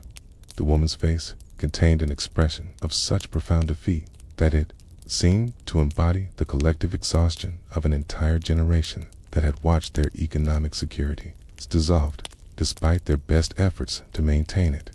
The children, clustered around her, displayed various stages of malnutrition and premature aging, their clothing inadequate for the cool evening air that would soon make their roadside camp even more uncomfortable. The image was deemed too depressing for public release, as it suggested that individual initiative and government programs might be inadequate to address the scale of human suffering that the Depression had created. Arthur Rothstein's photographs from the Dust Bowl regions presented environmental devastation on a scale that seemed almost biblical in its implications. His images of abandoned farmhouses half buried in drifted soil, of cattle skeletons bleached white by relentless sun, of farmers staring at barren fields that had once produced abundant crops, documented a natural disaster that was partly natural and partly the result of human hubris. The photographs suggested that Americans, faith in their ability to master the natural world through technology and determination had been catastrophically misplaced. Okay? A message that contradicted the optimistic narrative that New Deal administrators preferred to promote. The technical quality of Rothstein's Dust Bowl photographs was remarkable, capturing the texture of blowing soil and the quality of light filtered through dust-laden air with a precision that made viewers feel as though they could taste the grit and experience the suffocating atmosphere that had driven hundreds of thousands of people from their homes. One image showed a farmer and his two sons walking toward their barn during a dust storm, their figures barely visible through the swirling debris that had transformed the familiar landscape into something resembling an alien planet. The photograph was held from publication because it suggested that the environmental crisis might be permanent rather than temporary, undermining confidence in agricultural recovery programs. John Vachin's documentation of abandoned mining towns and factory cities captured the industrial dimension of the Depression's human cost. His photographs showed entire communities that had been economically viable just years earlier, but now stood as ghost towns where empty buildings and overgrown lots provided silent testimony to the speed with which prosperity could vanish. Images of main streets lined with boarded-up storefronts, of factory buildings with broken windows staring like empty eye sockets, created an atmosphere of desolation that suggested the Depression represented more than a temporary economic adjustment. In the restricted files of the Farm Security Administration archive, one photograph carries the designation Alabama Tenant Farmer Family, not for publication, written in Roy Stryker's careful handwriting across the back. The image shows a family of 9 crowded into a single room that serves as a kitchen, living area, and bedroom for parents and 7 children, ranging in age from 3 to 16. What made this particular photograph unpublishable was not the poverty it documented, which government officials had become accustomed to presenting as evidence of need for federal intervention, but rather the psychological devastation visible in the adults' faces that suggested poverty had progressed beyond temporary hardship into permanent spiritual defeat. The mother in the photograph sits on a wooden crate that serves as furniture, holding an infant whose listless posture suggests malnutrition, while 6 other children cluster around her, a composition that unconsciously mirrors classical depictions of the Madonna and Child, but where religious art traditionally conveys divine grace through suffering. This image captures only the wearing away of human hope through grinding daily struggle. The woman's eyes stare past the camera towards something invisible to viewers, her expression suggesting that she has retreated into an internal space where external circumstances cannot reach her. The psychological distance visible in her face frightened FSA administrators who understood that such images might suggest government programs were arriving too late to address damage that had already become irreversible. Walker Evans spent 3 weeks living with his family, documenting their daily routines with the methodical precision that characterized all his work. His notes, discovered decades later in the FSA archives, described conversations that revealed the complex emotional landscape underlying rural poverty. The husband had been a relatively prosperous tenant farmer until cotton prices collapsed, forcing him to accept increasingly disadvantageous sharecropping arrangements that eventually led to complete economic dependence on landowners who viewed tenants as barely distinguishable from livestock. The degradation of moving from independence to peonage had affected the man's sense of himself in ways that extended far beyond financial hardship. Evans's unpublished photographs of this family's daily life captured moments of intimacy and dignity that coexisted with material deprivation, creating complex emotional responses that government officials found difficult to manage for propaganda purposes. One image shows the teenage daughter carefully mending her younger brother's only shirt by lamplight, her concentration and skill demonstrating that poverty had not destroyed the family's commitment to maintaining standards of cleanliness and respectability. Another photograph captures the father teaching his sons to read using a Bible with pages so worn that some words had become illegible. The scene suggesting that education remained important even when formal schooling was impossible. The psychological complexity visible in these suppressed images challenged simplistic narratives about poverty that portrayed the poor as either noble victims, deserving sympathy, or moral failures, deserving judgment. Evans's camera captured people who were simultaneously heroic and defeated, dignified and desperate, intelligent and trapped by circumstances beyond their understanding or control.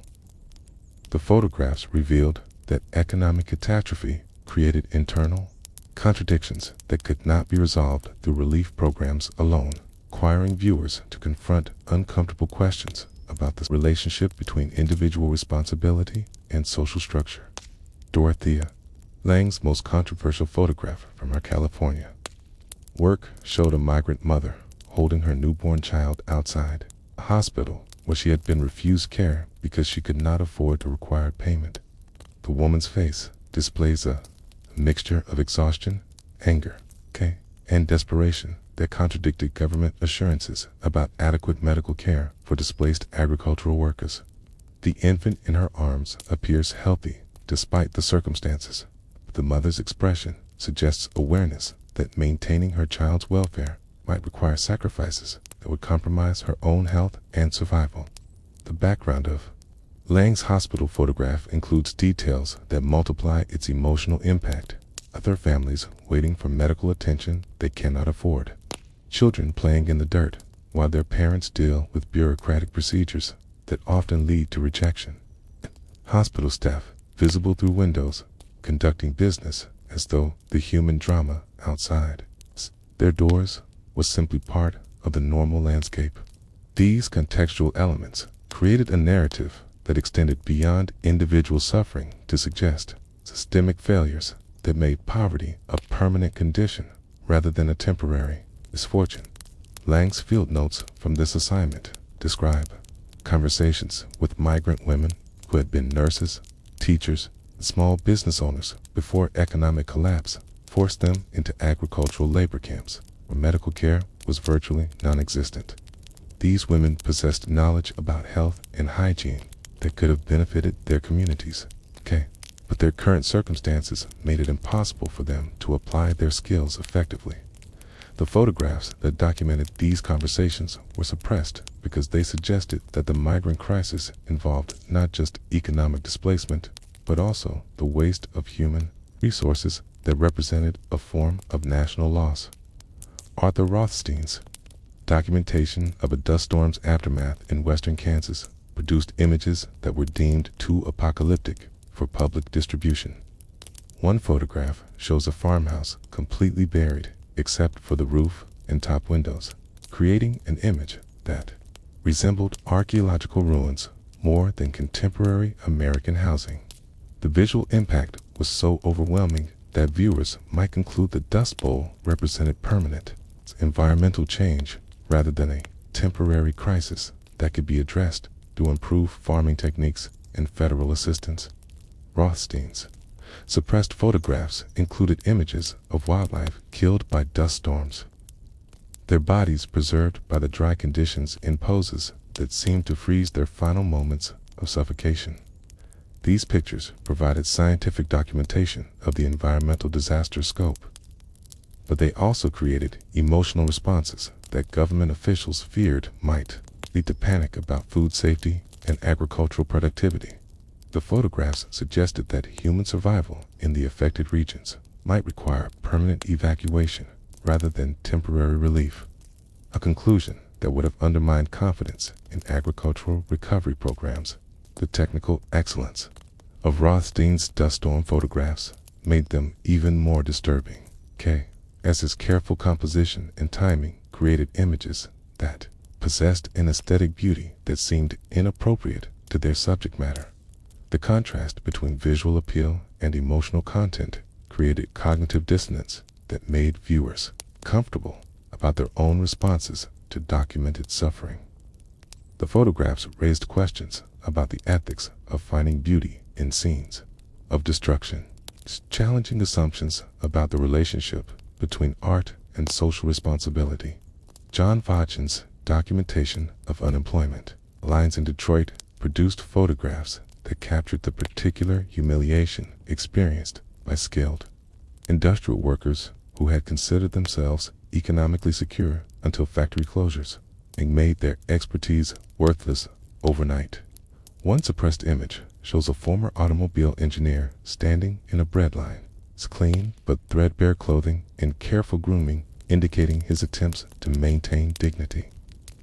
Despite circumstances that threatened to destroy his sense of identity and self-worth, the psychological profiles visible in Vaughan's unemployment photographs revealed the complex emotional adjustments required when economic catastrophe struck people who had believed their skills provided permanent security.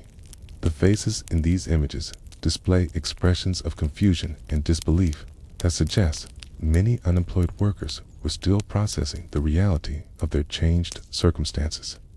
The photographs captured people in transitional states between their former identities and whatever adaptations their new situations would require, creating images that were both historically significant and deeply personal.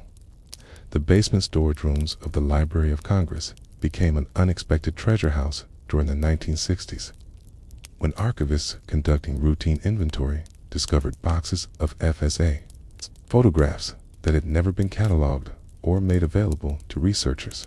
These images, bearing notations like "hold for review" and "not suitable for distribution" in Roy Stryker's handwriting, represented a hidden visual history of the Depression that had been deliberately excluded from the national narrative for over 3 decades. The discovery coincided with a period of renewed interest in documentary photography and social consciousness, making these suppressed images particularly powerful for audiences who were questioning official versions of American history and social progress. The process of evaluating these newly discovered photographs revealed the sophisticated censorship system that had operated within the FSA photography project, involving multiple levels of review that filtered images based on political considerations, aesthetic judgments, and assumptions about public psychology. Stryker's personal files, also discovered during this period, contained extensive correspondence with government officials about which images were suitable for publication and which might undermine public confidence in New Deal programs. The archival evidence demonstrated that documentary photography, despite claims of objective representation, had been shaped by political needs and bureaucratic pressures that compromised its function as a historical record. Walker Evans's suppressed photographs proved particularly significant when they were finally made available to scholars and to general public during the 1970s. These images, which had been considered too psychologically penetrating for Depression-era audiences, now seemed prophetic in their revelation of social problems that had persisted despite decades of economic growth and social programming. The faces that stared from Evans's hidden photographs displayed expressions of alienation and desperation that seemed to anticipate the urban poverty, social fragmentation, and cultural conflicts that characterized American society during the 1960s and 1970s. The critical reassessment of Evans's work during this period recognized that his suppressed photographs had captured essential truths about American society that extended far beyond their immediate Depression-era context. The psychological isolation visible in his portraits of rural families, the environmental degradation documented in his landscape photographs, and the social inequalities revealed in his images of racial segregation provided historical perspective on contemporary problems that many Americans prefer to view as recent developments rather than persistent structural features of their society.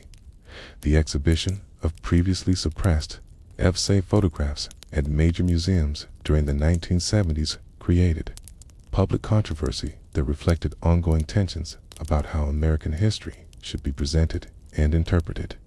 Conservative critics argued that emphasizing the most disturbing images from the Depression era served contemporary political purposes rather than historical accuracy. suggesting that selective presentation of negative evidence distorted understanding of New Deal achievements and American resilience.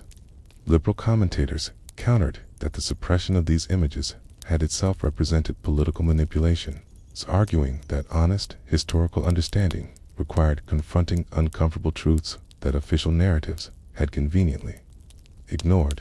The academic study of these suppressed photographs revealed their significance as evidence of sophisticated propaganda techniques that had operated within supposedly objective government documentation projects. Scholars analyzed the selection criteria that had determined which images were published and which were hidden, discovering patterns that reflected assumptions about race, class, and regional differences that had shaped official responses to the Depression. The research demonstrated that even documentary photography, which claimed scientific objectivity, had been subject to editorial decisions that reflected the political and cultural biases of those in positions of authority.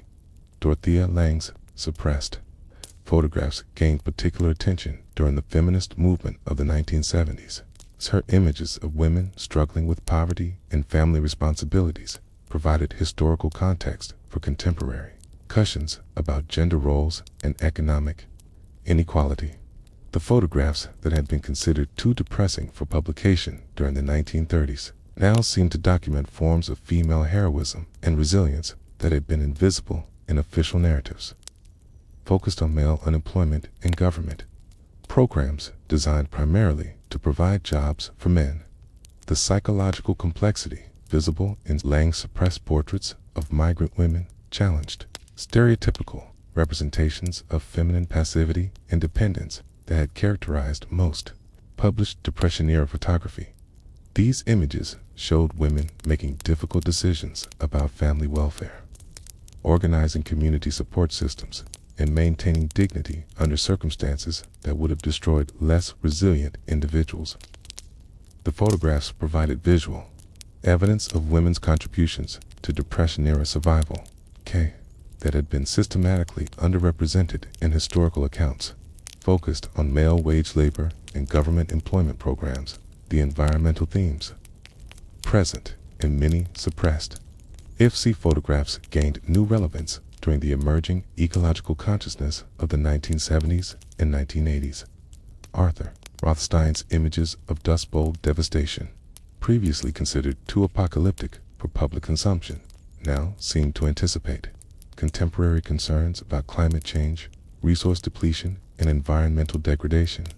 The photographs that had been suppressed for suggesting permanent ecological damage now provided historical precedent for arguments that industrial civilization posed fundamental threats to environmental stability. The technical excellence of these suppressed photographs, combined with their emotional power and historical significance, established them as major works of American art that had been hidden from public view for political reasons. The large format cameras used by FSA photographers had captured details with a clarity and precision that revealed new information with each viewing, creating images that functioned simultaneously as historical documents, artistic achievements, and social criticism. The delayed recognition of these photographs demonstrated how political considerations could influence aesthetic judgment and cultural memory in ways that distorted understanding of both history and art. The international reception of these suppressed FSA photographs during the 1980s provided perspective on how American self-presentation had been shaped by systematic exclusion of evidence that contradicted preferred narratives about national character and social progress. European and Asian critics noted that the suppressed images revealed social problems and environmental damage that American officials had hidden, while criticizing other nations for similar conditions. The photographs served as evidence that democratic societies were capable of sophisticated propaganda techniques that operated through omission rather than commission, creating false impressions by withholding information rather than providing misinformation. The influence of these suppressed photographs on contemporary documentary practice extended beyond their immediate historical significance to establish new standards for artistic integrity and social responsibility. photographers working during the Civil Rights era, the Vietnam War. Subsequent social movements cited the FSA photographers as examples of artists who had maintained commitment to truth despite political pressure. The delayed recognition of the suppressed photographs provided inspiration for contemporary artists who faced similar pressures to compromise their vision for political or commercial considerations.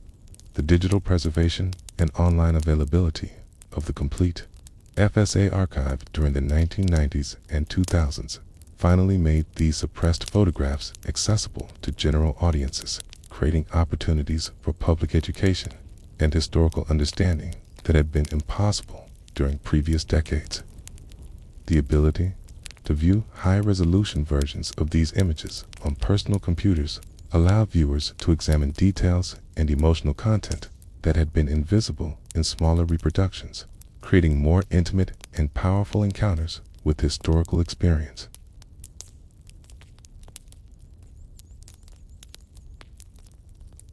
The Union Club of New York maintained its elegant routine throughout the Depression years with a determination that bordered on the theatrical, as though the careful preservation of pre-crash social rituals could somehow restore the economic order that had been so dramatically disrupted. The club's dining room, with its crystal chandeliers and mahogany paneling that had witnessed decades of financial deal-making, continued to serve 7-course dinners to members who discussed market conditions over imported wine, while bread lines formed just blocks away from their mahogany doors. The contrast was not lost on these men, but it was carefully managed through a combination of philosophical justification, selective attention, and the kind of social insulation that wealth had always provided to those fortunate enough to possess. J.P. Morgan Jr., inheriting both his father's financial empire and his palatial residence on East 36th Street, embodied the peculiar position of Depression-era financial elites who found themselves simultaneously blamed for economic catastrophe and relied upon for economic recovery. His daily routine during the early 1930s included morning conferences with partners and associates who managed investment portfolios worth hundreds of millions of dollars, afternoon meetings with government officials seeking advice about monetary policy, and evening social gatherings where the conversation carefully avoided direct mention of the suffering that had become visible throughout the city. The Morgan Mansion's interior remained unchanged during the Depression years, its rooms filled with Renaissance paintings and medieval tapestries that represented art collections worth more than most American cities' annual budgets. The irony was not accidental. These men understood that maintaining visible prosperity served psychological and political purposes that extended beyond personal comfort. The preservation of elite lifestyle during crisis periods provided evidence that the economic system retained fundamental stability, even if temporary disruptions had created hardship for those less fortunate or less prepared for financial volatility.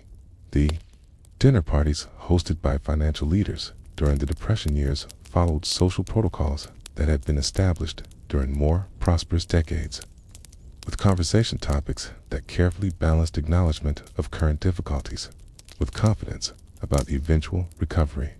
Guests discussed European politics, artistic patronage, and travel plans with the same attention to detail they brought to analyzing bond yields and currency fluctuations. The ability to maintain interest in subjects beyond immediate economic concerns demonstrated the kind of intellectual breadth that separated true aristocracy from merely wealthy individuals. Andrew Mellon's art collecting activities actually accelerated during the Depression as economic hardship forced European collectors to sell masterpieces that had been in family collections for centuries. His agents in London, Paris, and Rome reported regularly on paintings and sculptures that were becoming available at prices that reflected the sellers' desperation rather than the artwork's intrinsic value. Mellon viewed these acquisitions not as exploitation of others' misfortune, but as cultural preservation that would eventually benefit the American people through museum donations and public exhibitions. The psychological mechanisms that allowed financial elites to maintain comfort while surrounded by widespread Suffering reflected sophisticated forms of moral reasoning that had developed over generations of inherited wealth and social privilege.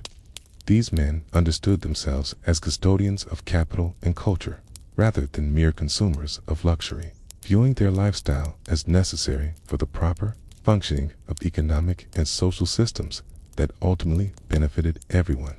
The responsibility of wealth, as they understood it, required maintaining standards and institutions that would preserve civilization during temporary periods of disruption and chaos. The private clubs that served as social centers for financial elites developed their own forms of Depression-era etiquette that acknowledged economic realities without allowing them to dominate social interaction. Conversations about servants who had been dismissed due to economic pressures were balanced by discussions of charitable activities and public service that demonstrated ongoing social responsibility. The club's libraries featured newspapers and periodicals that provided comprehensive coverage of political and economic developments. But the reading rooms maintained atmospheres of scholarly contemplation rather than anxious urgency. The country estates maintained by financial families served as retreats where the psychological pressures of managing vast fortunes during economic crisis could be temporarily set aside in favor of traditional leisure activities that connected their owners. 2 longer historical traditions. Weekend house parties at estates on Long Island, in the Hudson Valley, or along the Connecticut shore continued to feature elaborate meals, musical performances, and intellectual discussions that demonstrated the host's commitment to cultural values that transcended immediate economic concerns. The hunting and fishing expeditions, organized by wealthy families during the Depression, served multiple purposes beyond simple recreation, providing opportunities for private conversations about business matters, while demonstrating the kind of physical vigor and outdoor competence that American elites viewed as essential to proper character development. These activities also reinforced social bonds among families and institutions whose cooperation was essential for maintaining economic stability during periods of uncertainty and potential political upheaval. The Waldorf Astoria Hotel's Empire Room maintained its reputation as New York's most exclusive dining establishment throughout the Depression years. Its mortar-de greeting familiar faces with the same deferential attention that had characterized the establishment during the prosperous 1920s. The evening of March 15, 1932, found the restaurant filled to capacity with guests who had paid $25 per person for dinner equivalent to 6 weeks' wages for the lucky few who still held factory jobs while discussing stock market strategy and European travel plans with the casual confidence of people whose personal circumstances remained fundamentally unchanged despite the economic chaos surrounding them. Mrs. Vincent Astor's weekly salon continued to attract the city's cultural and financial elite to her Fifth Avenue mansion, where conversations about contemporary literature and classical music provided sophisticated backdrop for the informal business discussions that actually determined the evening's real purpose.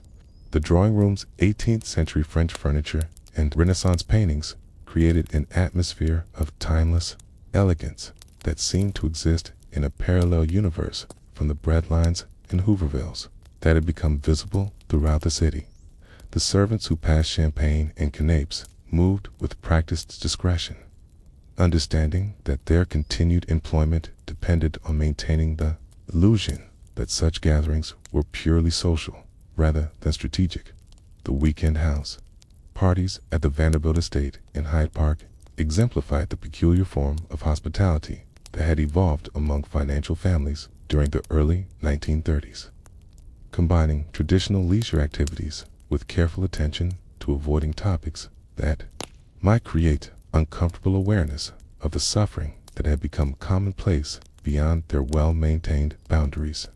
Guests arrived by private railroad cars that transported them directly to the estate's platform, eliminating any need to observe the conditions that existed in surrounding communities where unemployment had reached catastrophic levels. The meals served during these weekend gatherings featured ingredients that had become luxury items for most Americans. Fresh meat from the estate's own livestock, vegetables from hothouses that operated regardless of seasonal limitations, and wines from cellars that had been stocked during more prosperous decades. The contrast was not accidental. These families understood that maintaining visible prosperity served psychological purposes that extended beyond personal comfort, providing evidence that economic systems retained fundamental stability even during temporary periods of disruption. The sporting activities that occupied guests during these weekend retreats reflected the kind of physical pursuits that had traditionally distinguished American elites from their European counterparts, emphasizing outdoor competence and democratic simplicity rather than aristocratic refinement. The duck hunting expeditions, tennis tournaments, and sailing competitions provided opportunities for informal conversation about business matters while demonstrating the kind, robust health and practicability that justified positions of leadership in a democratic society. The private railroad. Cars that transported wealthy families between their various businesses represented mobile luxury that insulated passengers from direct contact with the economic devastation that was visible.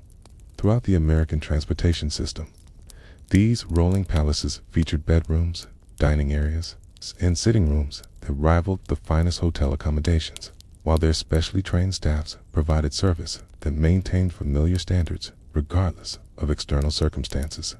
The cars also served as mobile offices where business could be conducted while traveling, eliminating wasted time and providing privacy for sensitive discussions. The art acquisition activities that accelerated during the Depression years reflected both investment strategy and cultural preservation, as financially sophisticated collectors recognized that economic hardship was forcing the sale of masterpieces that might not become available again for generations. The process required delicate diplomacy, as purchasers sought to acquire important works without appearing to exploit sellers.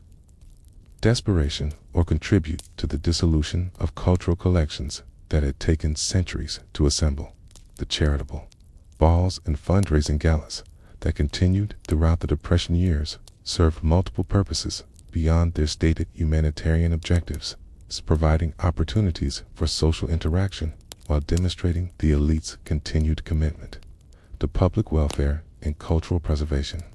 The events required careful planning to balance appropriate recognition of current hardships with preservation of the festive atmosphere that encouraged generous contributions and maintained social traditions that reinforced community solidarity among participating families.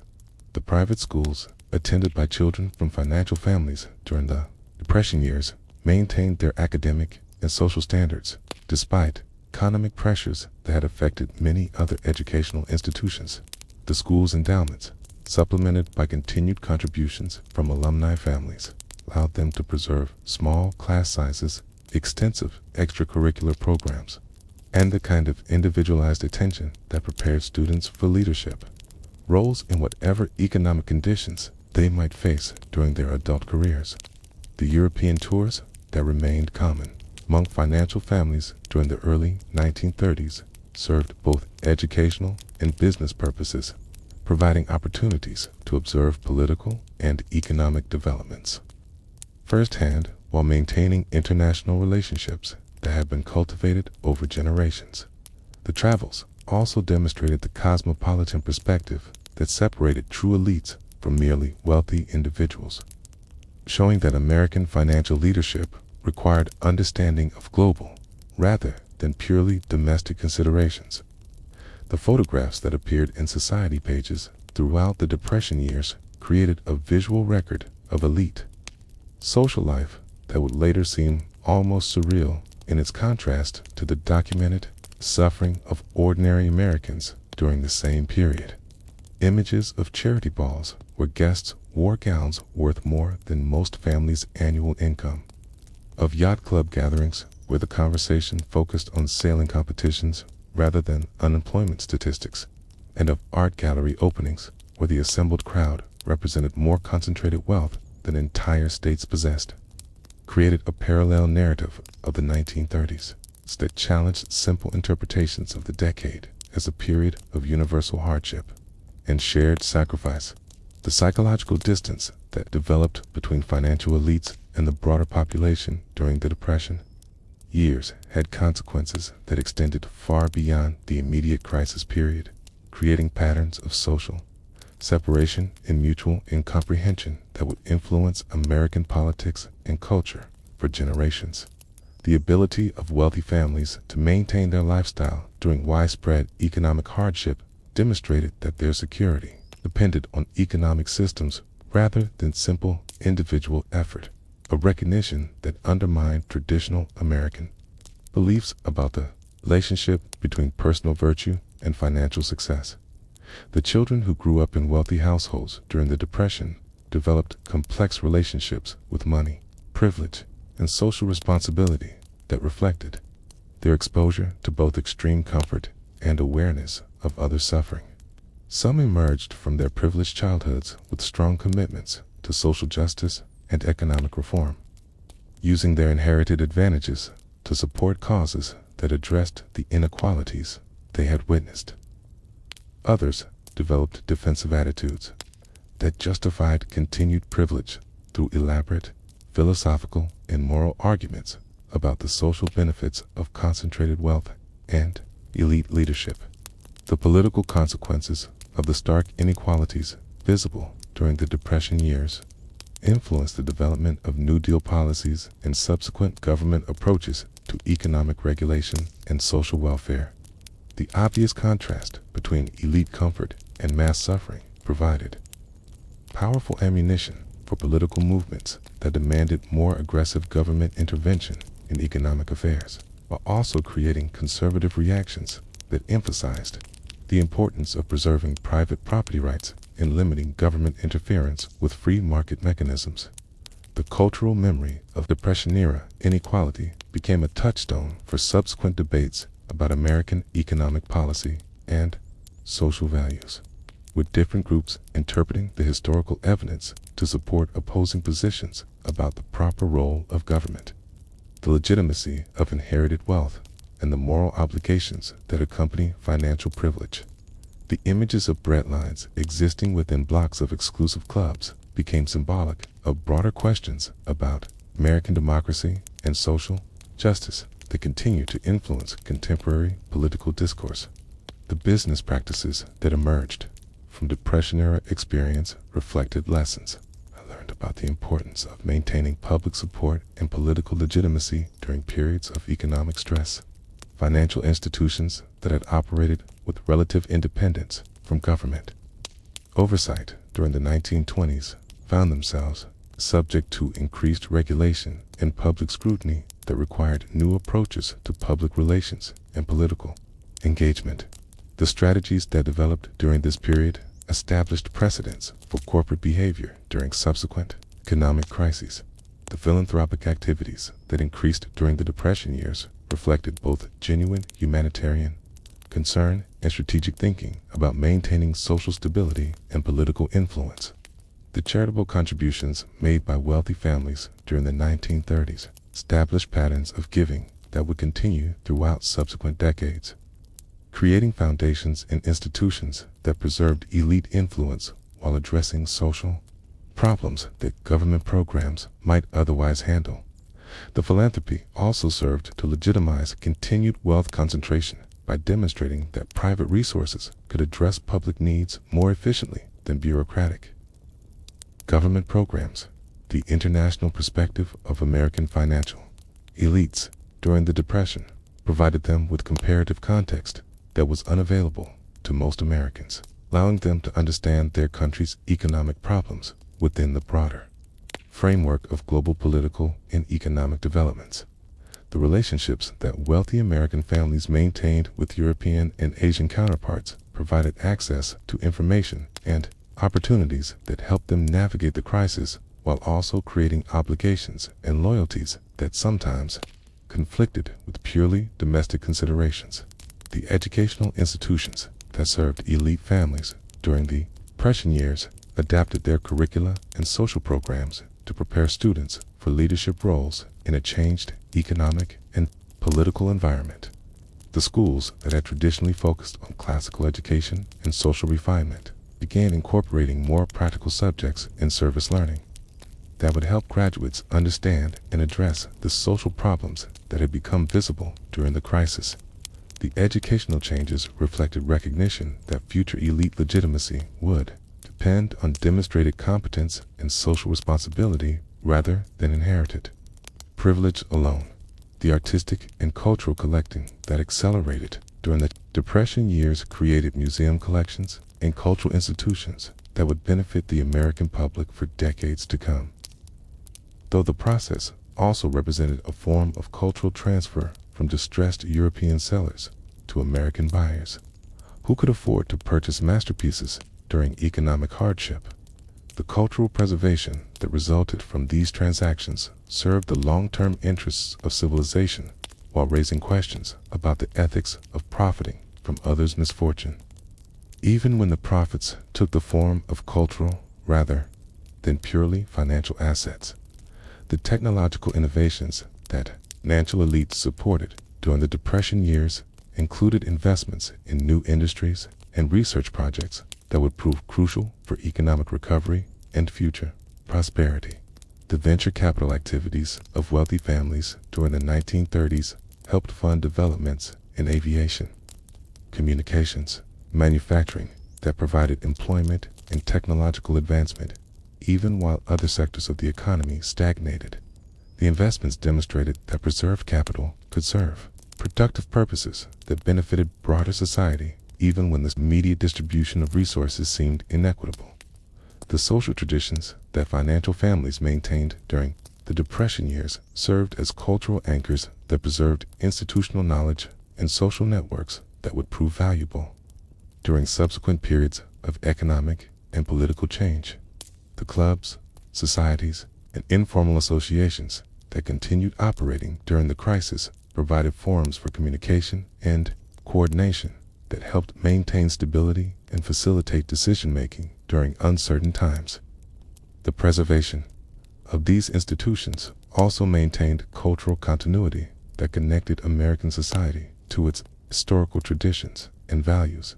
The geographic mobility that remained available to wealthy families during the Depression allowed them to avoid the worst effects of regional economic collapse, while also providing them with broader perspective on national conditions and needs.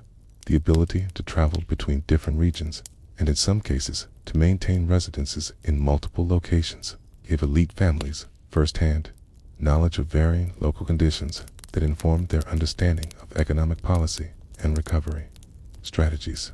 So mobility also allowed them to maintain business relationships and investment opportunities that might not have been available to families confined to single locations.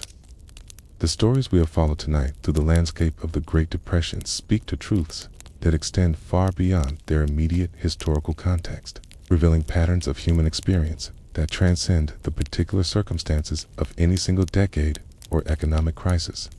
From the makeshift communities of Hooverville to the marble halls where champagne glasses caught candlelight while bread lines formed blocks away, we have witnessed the full spectrum of human response to circumstances that tested every assumption about security, dignity, and social obligation that Americans had developed during more prosperous times.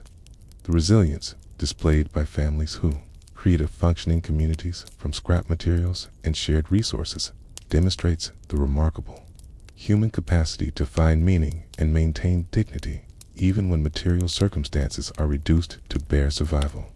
The children who played games with bottle caps while their parents calculated how to stretch a single meal across multiple days grew up to become the generation that would rebuild American prosperity, carrying with them lessons about cooperation and resourcefulness that no classroom could have taught. Their experience proves that security comes not from accumulated possessions, but from the relationships and skills that allow communities to function even when traditional support systems fail. Jesse Livermore's tragic trajectory from rural farm boy to legendary speculator to broken suicide reminds us that individual brilliance and financial success provide no guarantee of personal fulfillment or emotional stability. His analytical genius, which enabled him to profit from the very economic catastrophe that ruined millions of his contemporaries, ultimately became a prison that isolated him from the human connections that give life meaning beyond mere achievement. His story illustrates the psychological costs that can accompany single-minded pursuit of goals that seem important but prove insufficient for sustained happiness.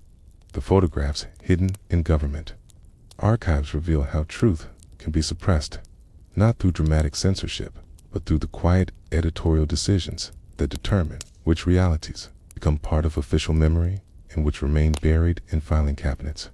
The faces that stared from those suppressed images displayed expressions of endurance and defeat that complicated simple narratives about American resilience and government effectiveness, fighting evidence that historical understanding requires, examining not just what was preserved, but also what was deliberately forgotten. The continued comfort of financial elites during widespread suffering demonstrates how economic systems can create islands of security that remain insulated from the disasters that affect the broader population.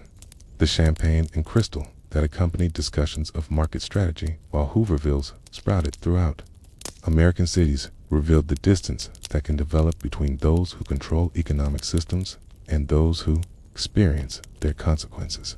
Yet, even these privileged families faced psychological and moral challenges as they navigated the tension between personal security and social responsibility during times of crisis. Together, these stories create a portrait of American society under extreme pressure that reveals both the fragility and the resilience of the institutions, relationships, and values that hold communities together during normal times. The Depression tested every assumption about progress, security, care, and social organization that Americans had developed during the prosperous decades that preceded the crash, forcing individuals and communities to discover which foundations were solid enough to support them during extended hardship and which proved to be temporary constructions that collapsed when seriously stressed. The lessons embedded in these Depression-era experiences remain relevant for contemporary audiences who live in a world where economic systems have grown more complex but no more predictable than those that failed so dramatically during the 1930s. The human needs for security, dignity, and community that sustained people through the worst years of economic collapse remain constant across historical periods. Even as the specific circumstances that threaten or support those needs continue to evolve, the patterns of cooperation and isolation, resilience and breakdown, generosity and selfishness that characterize Depression-era responses to crisis provide insight into how individuals and communities might respond to whatever challenges future decades may bring. As you settle into the comfort of modern life, with its electric lights and reliable food supply, its social safety nets and economic opportunities, remember that the security you enjoy was built on foundations laid by people who survived the testing ground of the Depression years. Their experience of living through circumstances that seemed impossible to endure created knowledge about human capacity and social organization that continues to benefit those who followed them. The quiet courage they displayed in facing each day without knowing when conditions might improve. The creativity they brought to solving problems that had never existed before. And the compassion they showed for neighbors whose circumstances were often even more desperate than their own, contributed to rebuilding the prosperity and security that subsequent generations have inherited. Sleep well, knowing that the distance between then and now measures not just chronological time, but also the accumulated wisdom of generations who learned to find hope in circumstances that seemed hopeless, beauty in environments that offered little comfort, and strength in communities that were built from nothing more than shared necessity and common humanity.